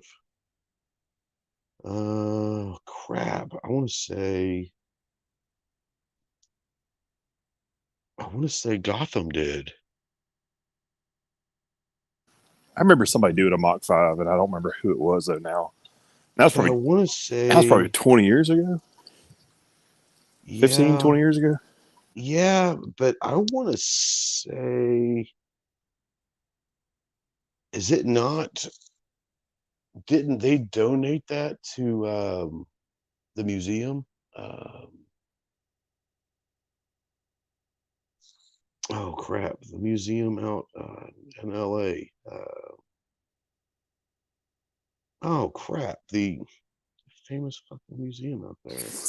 I know what you're talking about. That was It's up in LA. Peterson, the Peterson Museum. Peterson Museum. Yeah. I don't know if it was Gotham or not, but I remember someone doing a Mach 5 and then donated it or sold it, whatever. I don't know how. I don't think Peterson you anymore. I think you have to donate them, don't you? It's like I think it's all donation only now. Yeah. So they donated the Mach 5, whoever it was, and it might not have been Gotham. We need people in like on your other channels that like would be in the comments going, "No, stupid, it's this one." Yeah, exactly. They Google it for me. Yeah. But I want to, whoever did that Mach 5, it's in, at least it was in the Peterson Museum. And the only reason why I remember seeing the Peterson Museum is when Tavares sent his Lambo. It was on a temporary display after it went to the Petersons there for maybe a year. And I remember him going to the Peterson Museum to see his car. And like Yeah. one of the things he stopped at and looked at was the Mach 5. And I was like, oh snap, I forgot about that Mach 5. That's a badass. Like I said, Speed Mach Racer 5's was is my cool. favorite cartoon growing up back in the day. I love Speed Racer. Yeah. But yeah, I might have, like I said, I don't remember the number. It might have been the 80 that was a Speed Racer. I remember the Speed Racer concept, and then either before or after that was the Lambo concept, which I guess you said was the GT90. Yeah, it was GT90. So I think I had to look maybe it it was up while we were talking. maybe it was a GT80 was the Speed Racer car. It Yeah, was it's not a Speed Racer, but it looks kind of like it. It's longer, but it looked kind of like the Speed Racer. Yeah, no, I know. I think it was the 80. I might be wrong about that though. I'm on my phone where I'd look it up. I can't remember. I'd look it up. That's me. I'm on the phone too. I can't. Hold on here. See if I can. I don't want to. If I exit out of this, you'll know what happened. Just a second, okay? All right. So, what is it? The Ford GT80 concept. Oh, 100%. It's the GT80 that's kind of the style of the Mach 5. And the 90 is absolutely the crazy Lambo. The crazy Lambo look, yeah. The 40 was a pretty cool one. The GT40 was a pretty cool one. Well, I don't remember it, but it's a pretty cool looking car. It's popped up here on this list. I mean, let's be honest. The actual Ford GT race car from back in the day. Well, the GT's a badass, absolutely. You know, that's just iconic. Period. Dot. And there are people that are trying to build kits for the GT, you know, and I've seen a couple of them, and at least like one of them I saw went with the red, white, and blue color scheme, like the blue with the red trim and the white number, like the old, GT. That's a kind of a cool look, Yeah, some of the heritage throwbacks. I think those are pretty cool. Absolutely. And if you're gonna do that, then if you're gonna pay homage, then pay homage, Yeah. Oh, for sure. There's I forget the name of it. I have to look it up. I'll send it to you. There's a company here in Florida that's doing like Shelby, like Cobra. It's like they're starting in like the mid 50s. Yeah. I mean, you can get silly with them fast. Oh, but they're really like I said, my buddy cars. spent over $100,000 on his very easily, Yeah, but these are like, because a lot of those cars now are like these like composite bodies, fiberglass bodies. Oh yeah, they're fiberglass bodies. No, these are still his is not. His is still This is like an original. Like these are like full aluminum tubs. I'm like, oh, that's exactly cool. what his is. His is aluminum, and he did it like I said. Yeah, he did it right. Now the one that Shelby did, there's another company doing it too, that are like the full carbon chassis. Ooh. Those things are slick, but I mean, hell, they're over $1 million. Wow, I didn't know they were doing the carbon. Yeah, like Shelby themselves are doing one that's full. Oh, are they carbon. really? They're like limited production, all that stuff, blah blah blah. But they're like 1, 2, 1, 3, something like that. Holy cow! Wow, that'd be sweet though. I'm not gonna lie. I mean, if I was ever gonna, we talked about this. If I ever gonna do a kit car, it's gonna be a 356 Speedster. They do them on they do on the old VW, chassis, the Beetle chassis. And the best ones, it sounds crazy. I know people are gonna laugh at me. The best ones, they do have the actual Beetle engine because it sounds kind of like the old Speedster engine, But yeah, those Speedster kits are pretty good. You can get them for like 40, 50 grand built, Yeah, you can tell it's getting like decent weather here. Like today, I cruised down around the beach for a little while, like after work. We were just killing some time out, hanging with family. SpaceX shit, didn't you? Yeah, watch SpaceX launch. That's awesome. I totally forgot they had a launch today. Like we were eating dinner, and it's like the restaurant's beachside, like right across the little parking lot. It's the beach, and I got the notification. It's like, hey, 30 minutes. I'm like, all right, cool. So we just walked out on the beach and watched it until you sent that text. I sent the link, and then I watched the launch. I watched the rocket come back down to the platform. Yeah, I showed my wife a little bit, and she doesn't care, but it's fucking watching Roy Rogers every time things land. It's crazy. What? But yeah, you could tell like that time period. So like there was a guy out, it was like an early 60s, like a 60 or 61. Because I'm not a huge vet guy, so I don't know the little nuances, but isn't that early 60s vet family out cruising around that I saw one of my personal favorites was a Ferrari 550 Barchetta. So the 550 and the 575 are two of the all-time greatest looking Ferraris ever built. Yeah. Oh, I agree. Very 1960s throwback in a more modern car. And then a guy was cruising in a VW Thing. And I was like... Oh, a Thing? Yeah. Dude, I've actually never seen one in person. I don't have... Like, they're awesome vehicles, but I want one just because. Yeah, just because. Like, I don't care if I want to take it to the water, and I don't care if it sinks. I just want to try it, you know? I know. I've never seen one in person. And I will tell you, I turned my head harder for the VW Thing than I did the 550. Oh, yeah, sure. Just because you don't see them. And that's the thing about down here where I'm at, you know, being beachside and there's some money floating around over there. You tend to see some, not super vintage, like you're not seeing like, you know, 50s, 60s, but you see a lot of 70s through 90s, like Ferraris floating around and Lamborghinis too. You know, this area, you'll see a lot of Gallardos, a lot of Huracans, a few Mercies, a few Aventadors, Diablos from time to time. You know, that if you watch out close enough, you'll see the Batmobile because Doug Flutie lives here. He's got two different Batmobiles. Oh, yeah? Yeah. I'm not he literally gonna like lie. drives them around. What's that? Crap. Which one was it? I think it was a 50s model Ferrari. Once again, you're talking about like the roadster look. It was the convertible. Probably like a short wheelbase California, like a 250 California, like early 60s. I don't know if it's a 50s or 60s model. Or like a late 50s Super America. Like, what is it? Hold on, let me look this up. I want to say it's like a mid 50s. There was a Cars and Coffee here not so long ago, and a guy had one. It was just like, it was obviously the star of the freaking thing, you know. Hold on here. Yeah. The 410 Sport Chassis. Oh, dude, those are cool cars. It's one of the coolest cars like I've ever seen in person. You know what I'm saying? Like, yeah, it's just a cool ass looking car.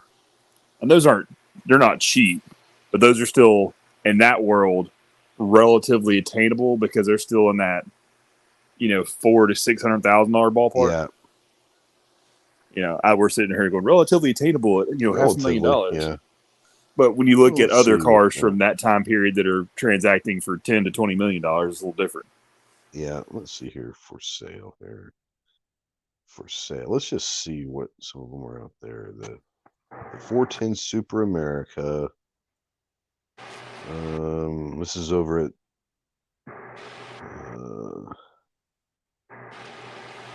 let's see here. Let's go to Haggerty. They've got a 56 410 Super America.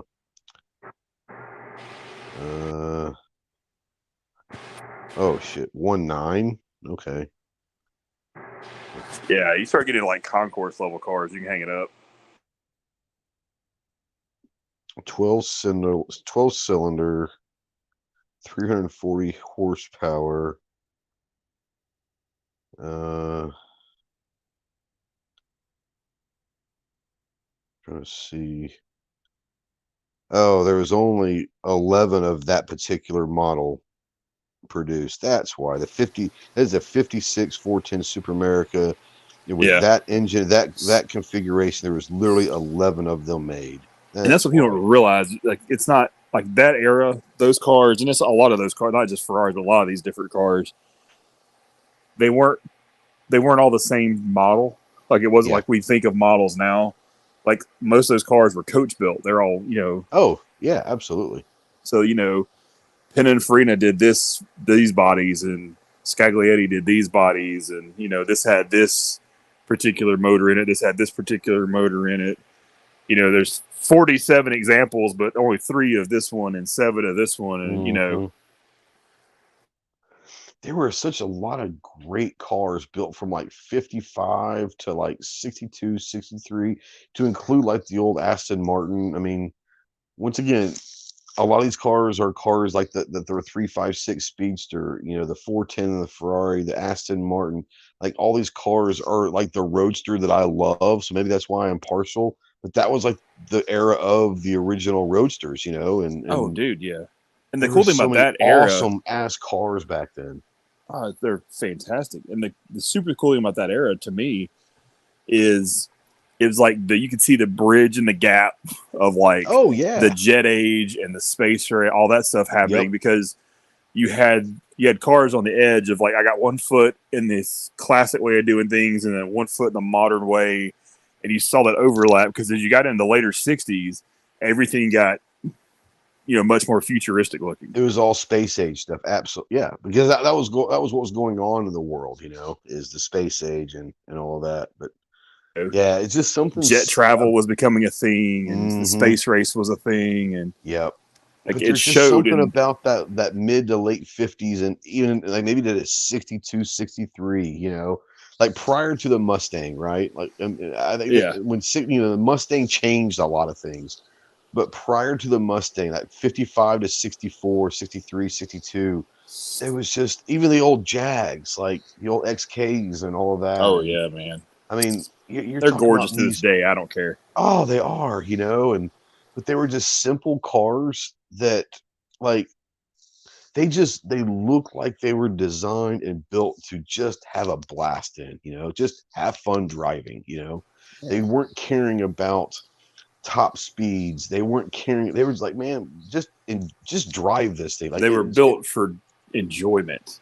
Yeah, they wanted you to drive them and obviously look cool as hell, but they're just like, you know, put the top down and just drive, you know. I love that. You know, I love that about that old stuff. But most people just don't, you know, they don't appreciate that kind of stuff anymore. You know, how many people now, it doesn't really matter what the age group is, but how many people now just get out and go for a drive just to go for a drive? I do, but I love driving. I mean, I do. You know, and like I said, I'm lucky that I live in a place, you know, that I can get a sports car, and you know, I'm here in the mountains and these little windy highways, and just have an absolute blast driving. Absolutely. You got the twisties. I got the weather. You do have the weather. I'll give you that. You know, I mean, that's cool. Year round. You got the year round weather. I've got the weather for about 2 months. You know. Yeah, when it's not cold, it's not, oh my God, hot. Yeah, it's you know, you've got May and October here are just amazing. Yeah. Other than that, it's either way too cold or it's way too hot or it's way too rainy.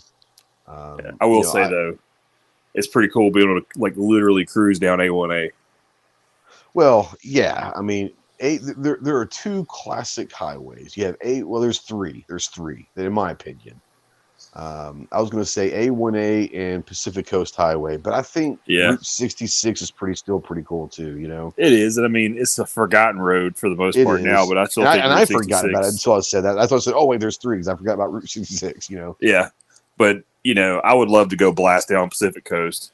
Yeah, I would love to have the opportunity, like on some of the rallies get where they allow them to have a little more spirited runs on it. Yeah. You know, my wife and I a couple different times, not all the way, obviously, and they're really not that far, but we would start like in like Carlsbad or something like that there on there by San Diego and drive, you know, Pacific Coast, you know, Highway 1 or whatever, drive it up, you know, before we would go to like Huntington Beach and all of that. We wouldn't get all the way to LA because fuck that. Yeah, traffic just ruins everything. Yeah, it's just stupid. But there's the thing about like Pacific Coast Highway is it's almost like its own like world, because a lot of these small towns are like artistry towns or artist towns they've created just because people are coming through and driving down Pacific Coast Highway, and like these little bitty towns that never really existed popped up because of the traffic on Pacific Coast Highway. And I'm assuming A1A is kind of like that, where these small little podunk towns have kind of popped up, these bed and breakfasts and all that, because people traveling the A1A, you know? Well, that's, and that's the thing. Like where I live, it's all a bunch of like smaller communities, like towns that all just kind of Yeah. run into each other. Yeah. I mean, yeah, you go 50 miles inland and there's Orlando. Right. If you want big city, or you go south and you hit Palm Beach and Lauderdale and all that. Yeah. Or you go north and you hit Daytona. But that's what's cool about it is you run down A1A, it's all these little towns and the stuff you see in the sites, and it's not the crap you see on the interstate. Exactly. It's not just miles and miles and miles of boring trees and road. Yeah. Yeah. Like I go home, we go I-10 a lot, and that is the most boring drive on the country. Yeah. No, I hear you. And I guess I appreciate it more because I grew up like in the concrete jungle, if you will, of Dallas. Everything's flat and everything is, Yeah. it's Dallas. I love Dallas, and it's but there's not a whole And it's only lot. blown up since. Oh, no kid. It was huge when I lived there. Now it's just insane. Like, But there's not a whole lot. Like it's not like a pretty area. I'm not gonna lie. It's not a pretty area. You go. And then when I go Dallas, out to Fort Worth, California you're to just Camp like, Pendleton, you're like, holy shit! Like our apartment was like literally like a mile and a half from the ocean. We only went to the beach a couple times when we were there for a couple of years. But like when you grow up in Dallas and then you move out to like the coast, and it's like, man, it's really pretty, and it's different, man. Really, It's a different life, I mean, that's why I enjoy living where I do, is because it's a different way of life. It's a different mentality. For the most part, everybody's pretty laid back, and it's pretty, Absolutely. It's just, now that's kind of how it is here in a smaller scale where I live. It's a small town, but it's a touristy place because this place, like, there's about 7,000 people in the city, quote unquote, city limits. Now there's probably about 15,000 that live in this area. We have a huge lake, and this place turns into 250,000 people on July 4th weekend. Oh, all the tours they spend but with the lake life here, it's kind of like that laid back manana, vibe here. Well, like where I'm from, just north of Montgomery is Lake Martin. Same thing.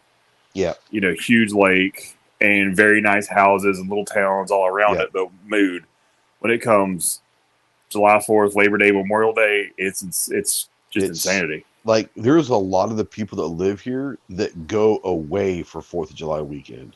Oh, yeah. Let the tourists have it for the week, and we're out of here, Like, I took my little girl to play, like, mini golf a couple days ago.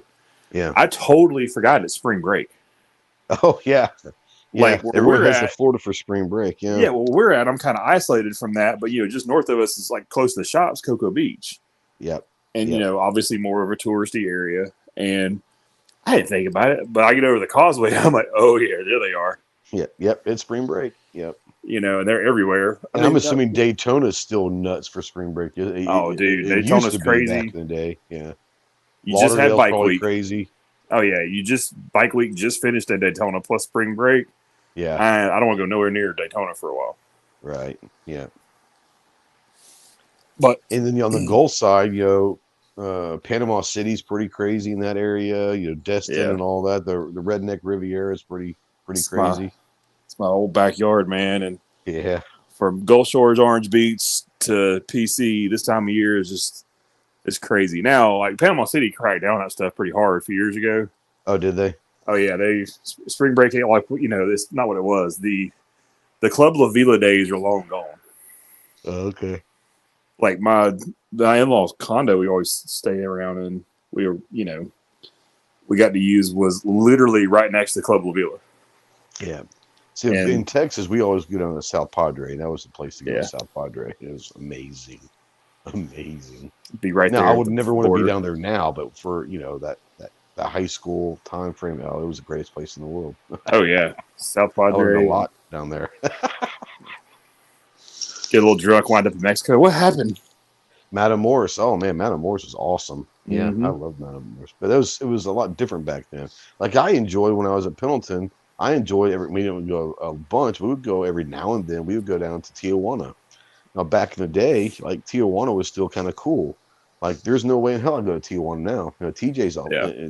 it's a lot different place now. You know. Oh, dude, that's a totally different animal now. And I mean, even Cancun, man, has changed a lot. Yeah, I never went to Cancun, but yeah. You know, now I will say I've been to Cozumel a lot, Yeah. and I love that place. But it's an island, so it's kind of segregated from a lot of that stuff. Yeah, sure. Yeah. Yeah, And that's more of a that's not more of a spring break destination. That's more of a like young adult destination, right? That's a tourist. Like, so there's a lot of resorts and a lot of all inclusives. Plus, there's a big cruise port there, so that's where that's. Yeah, but it's more adults and not like the kids being. Yeah, there, it's right? not a spring break go crazy place. Yeah, which is nice. Yeah. You know, and I will say, man, it's the adults go crazy place. Yeah. But I will say, like, I do enjoy, like, where I'm at, I enjoy being able to go, you know, just 3 hours south and I hit the top of the Keys. Yeah. No, I'm a huge fan of the Keys. I had, so this is probably about a month before I left for boot camp. And a friend of mine, she had moved to Tampa from Dallas. And she invited me to come down and spend the week with her, but, you know, about a month before I left. And obviously I was like, hell yeah, you know. You're like, girls invite me, I'm in, bye. Yeah, and friends with benefit type thing. But well, yeah, 100%. Yeah, absolutely. But we went and spent.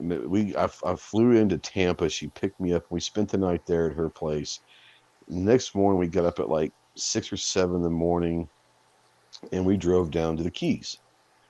And I didn't realize this, but she had another friend of hers come down from New Jersey who was smoking hot. So it was the 3 of us all week. And we literally didn't have like an itinerary or agenda.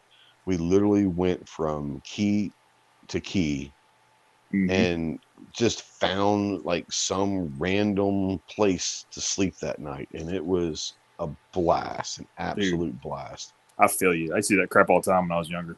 It was great. I still have Wanderlust. You could find hotel rooms for nothing, you know, back then. Because it wasn't during spring break. It was like just, you know, like just go down to the Keys and we'd find, hey, you got a room? Yeah. How much? $50. Cool. Let's do it. And we would just a little more than that now, but they're still, I mean, if you go, but this is also like in 1993, you know what I'm saying? Yeah. Well, that's what I'm saying. Even now, you go into like some of the off-peak times, it's not that crazy.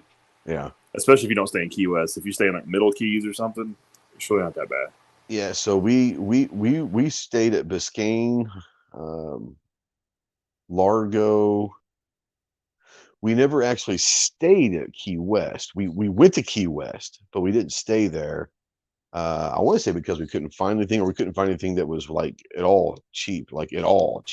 Yeah, Key West is like cheap in Biscayne and Largo. We spent a lot of time in Biscayne and Largo.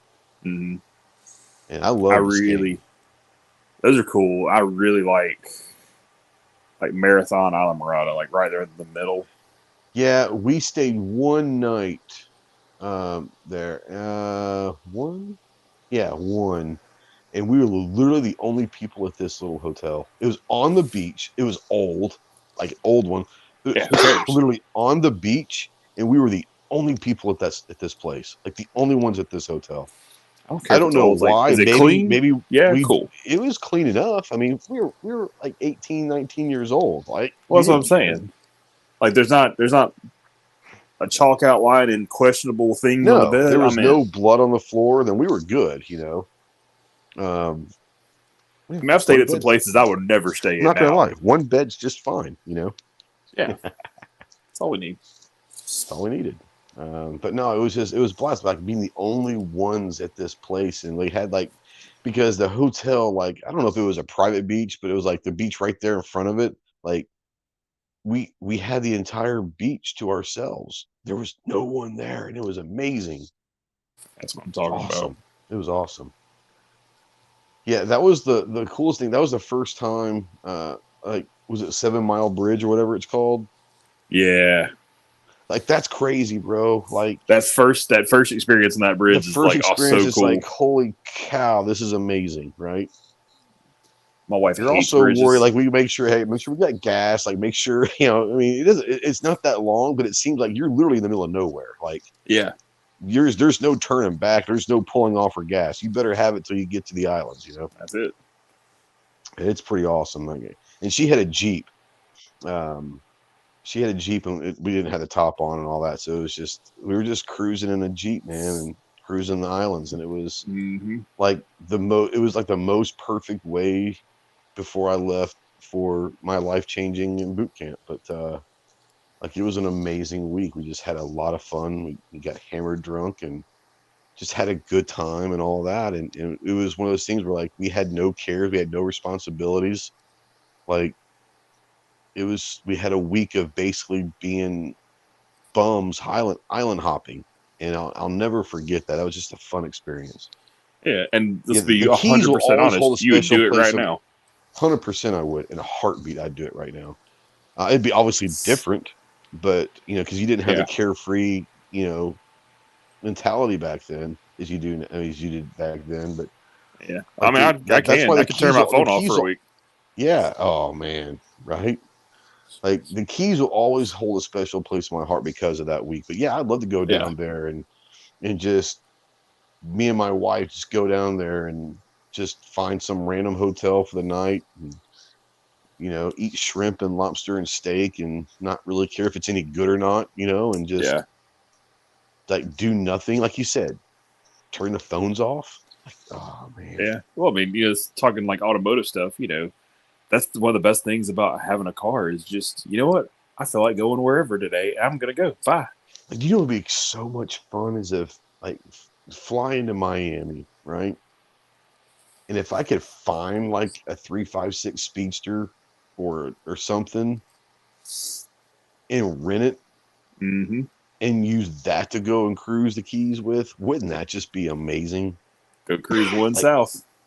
Huh? Just go cruise one south. Let's go. Yeah, and just go. And dude, fly to Miami. I'll meet you there. We'll go rent something fun and do it. Oh, we'll do it for sure. It would just be so much fun just to do that and just get away and just like to hell with it all, to hell with it all. We did that not too long ago. Not too long ago. Like right after all the COVID stuff started kind of relaxing, hotels started opening back up and all that madness. And the Keys closed down because they didn't want tourists coming down there and infecting everybody down there. And I get it. Like, what do you mean they closed down? Did they close the bridge down? Or they just they shut it. Like, they shut it down. Like Key Largo, they're like, you ain't coming down here if you don't have. It's like they basically, if you didn't have the hurricane reentry passes, you weren't getting in the Keys. Oh wow! Like the Keys closed themselves off. They're like, no, I didn't because they didn't want people coming down there and then making everybody sick and it just wrecking the industry when they could open back up. Yeah, absolutely. Yeah. It gets everybody sick down there, then that takes them even longer to reopen. Well, it makes sense. I just hadn't heard they had done that. Oh yeah, I mean it still happened like everything else, but that's beside the point. Yeah. Yeah. But so after it, everything started, getting, especially in Florida, everything got normal pretty quick. Yeah. Luckily, we have a governor that does things like that. Same here in Arkansas. It wasn't that bad. We did a long weekend down at the Keys, and it started out like, hey, let's just go down for like let's go down like Key Largo for the day, which turned into like a long weekend. Sure. And I mean, why wouldn't you? If you're there, just fuck it, let's go. Yeah. Well, I mean, I had no intention of going down to Key West, like Island Murata, maybe as far down as I would go. Mm-hmm. And we ended up getting down. We ended up going all the way to Key West and like stayed in Key West for a night, and we got a really nice hotel room for like $100. Really? But it was just me. Yeah, it was just me and my wife. Was it like not during their season? I mean, this is right after all the COVID stuff, so travel wasn't really happening for a lot of other states. That's true, and at this point, they lost so much money. You might as well make it what you can, I think we paid $120 or $140 for this, like, really nice hotel room.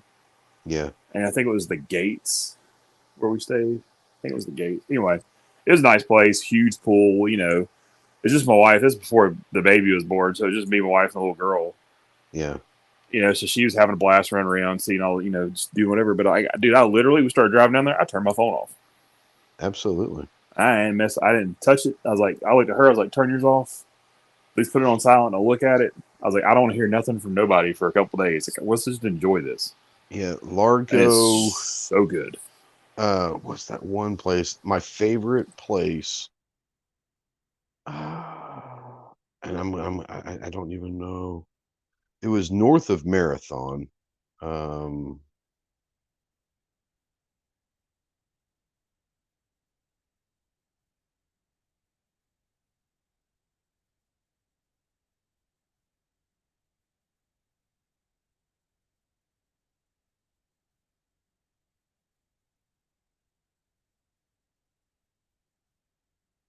I want to say like Murado or something like that. Murata.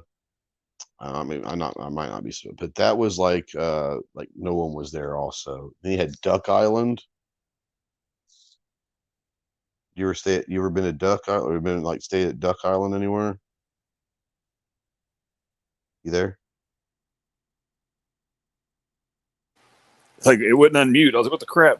Oh, Yeah. So you're probably what you're talking about. You're probably either like Isla Morada or like Tavernier, Isla or like Morada. Isla Plantation. Morada. That's it. Isla Yeah, Morada. That's a cool place. dude, I love Isla Morada. Like I would live That there was a tomorrow really if I could cool afford it. place. Yeah. And then Duck Island. Duck Key's real cool. Duck Key, whatever it is. Yeah, Duck. Yeah, Just being Duck. it's like Hawks Cay Resorts there, and that's a really cool place. Yeah. If you're Yeah. like big into fishing and Because like we went to Biscayne like the first night, and then drove down to Largo, like I guess down through the tip, through the bridge yeah, and all that to Largo. We stayed at Biscayne. I like Biscayne. It's kind of a cool little place, you know. Biscayne's cool because you're still right there at Miami, and Yeah, but you're you in get Miami. some It's of basically the Miami. Yeah, yeah, yeah. But it's still but, kind of not Miami, you but know. you're away from all the Miami shit. Yeah, yeah, yeah. And so I like Biscayne, but like when we get to Largo, we went south, and the furthest south that we stayed was Marathon, I think. We went down Yeah, to West, but we didn't stay like, you know, it was pretty cool. It was awesome. Like I said, we had a great time. yeah, Had a great time. I love it down there, man. And I would love to do the same. I'd love to just take the wife and just go down there and just like I say, start start at Largo and kind of just stay a night, and then go down to the next one, stay a night, go to the next one, Mm-hmm. stay a night. Maybe end up at Marathon, stay a night, go down to West because I like to take her to go see Buffett's boat. It's always in port there at West usually. Yeah, Go at because just to experience Key West, her experience, but I wouldn't want to stay there, but like stay no more south than Marathon, let's say, but just do yeah, like a different island hop every day and just whatever that island offers, that's what we do that day. Wake up the next morning, drive down to the next one, whatever that island offers, that's what we do that day. yeah. I mean, I love it because I love to fish. So I mean, that's like sportsman heaven down there. Yeah. Yeah. Yeah, you need to go feed the tarpon, man. What's that? You need to go feed the tarpon. Feed the tarpon. Yeah, you hand feed them. Really? Yeah. Where at? I mean, you start around Isla Morada down. There's all kinds of places you can do it. I Really? mean, you do it. You get off the side of the road. Once again, it's been oh my god, it's been 30 years. I'm thinking about that. It's been 30 years since I was down there. Yeah. Yeah. Well, Largo hasn't And once changed again, we weren't really much. looking to do the tourist stuff. We were just looking to smoke weed, drink, and other things. Yeah. Have fun being teenagers. Exactly. I mean, I Listen to a lot of ska, listen to a lot of reggae, which I know you're into. So like that would be a fun thing. I mean, have you met us? We're overgrown teenagers now. Is all that is. 100%. Yeah, we are. That's true. I think we hit like 21. I'm way overgrown teenagers. I'm about 10 years older than you are. Yeah. I mean, still. But I'm a teenager at heart, if that means anything. Yeah, 100%. I mean, we're you look at teenagers, look at us like all these old farts. Yeah. Yeah. But yeah. Yeah. We gotta do that sometime. It'll be fun. I'm down. Just put Clover in the trunk and just get him out in the sun. See what happens.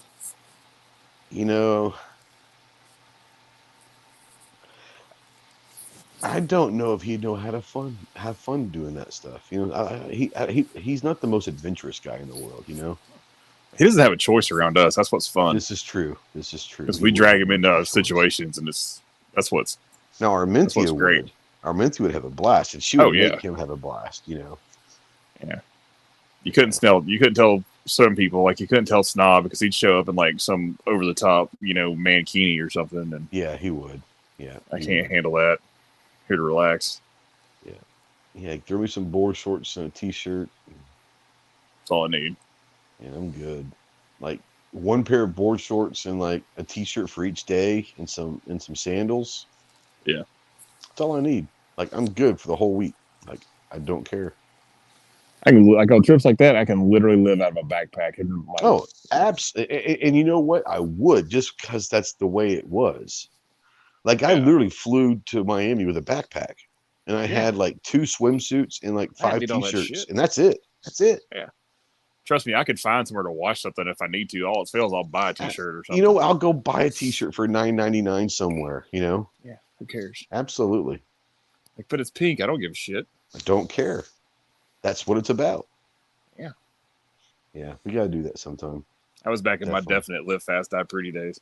Oh, dude, like we all say this, but like there was a legitimate. That's one of the reasons why I joined the Marine Corps. Is I had a bunch of people, friends of mine, that didn't make it Yeah. for a lot of different reasons. But like I'm truly the way I lived. Like I am truly shocked that I made it to 21 when it was actually legal to drink at that point. Like I'm truly shocked that I made it to 21. I'm there. Like I mean, I always, 18 was a badge of honor to make it to 18, but 21 was like, 100%. I'm like, I'll never see 21. Like And I'm I hit not gonna 21, lie, I'm like, I still shit. drink a lot, but like I didn't drink near as much after I turned 21 than I did before. Because part of it was just the fun of it, you know. Yeah. And I mean, I hit 25, and I guess I was like, well, I guess I need to start being more of a responsible adult. Well, yeah, I kind of we mellowed had our about daughter when 25. we were 22, so that Yeah. changes things a lot, you know. Yeah, like I didn't have my We girl still went out and 30, had fun, but not near as much. Like we would go out almost every night, and my wife and I, we met at a bar. So I mean, yeah, I did all kinds of or club, I should say. It's more of a club, but yeah. stupid shit back then. Yeah. Speaking of stupid shit, my old ass is getting tired. It's 10:30, so thanks for coming on, bro. I always like doing this. Like I said, I know that very informal, good time.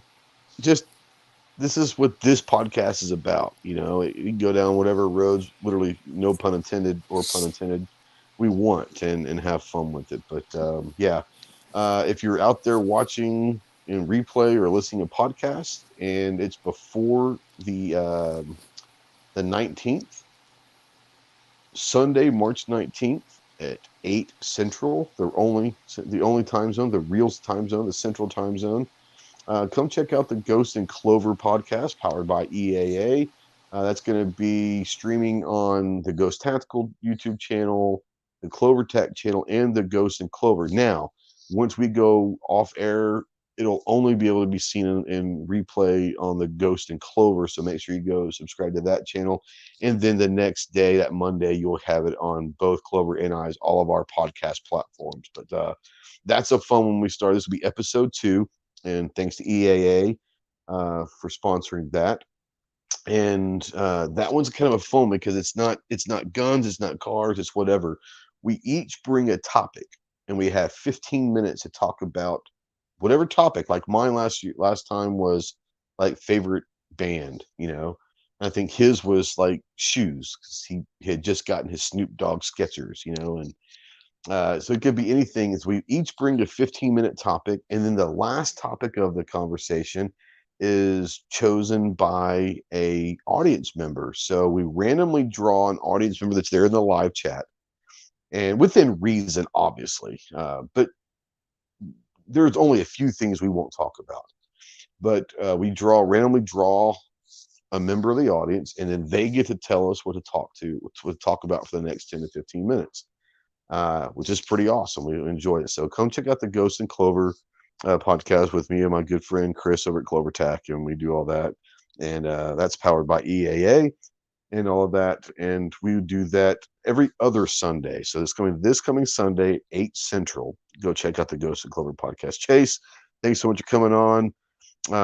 Can't wait to see you up in Indianapolis in a few weeks, I guess. Yeah. Almost a month. It's basically a month exactly, almost. It's here. Like it's here. It's really less I know, than especially a month. with you guys. It's really here for you guys. Yeah, I fly out on the 11th, so yeah, it's here.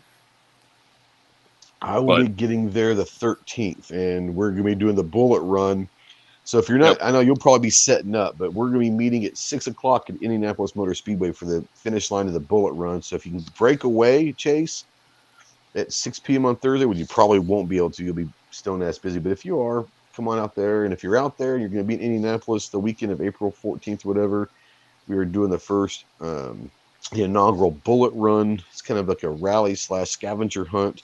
And the finish line is going to be at Indianapolis Motor Speedway for the finish line. If you guys are interested in that, get a hold of me through email or whatever, and I'll give you more information. But it's gonna be a fun little time and all that. But yeah, thanks for coming on, buddy, and we'll see you in a few weeks, bro.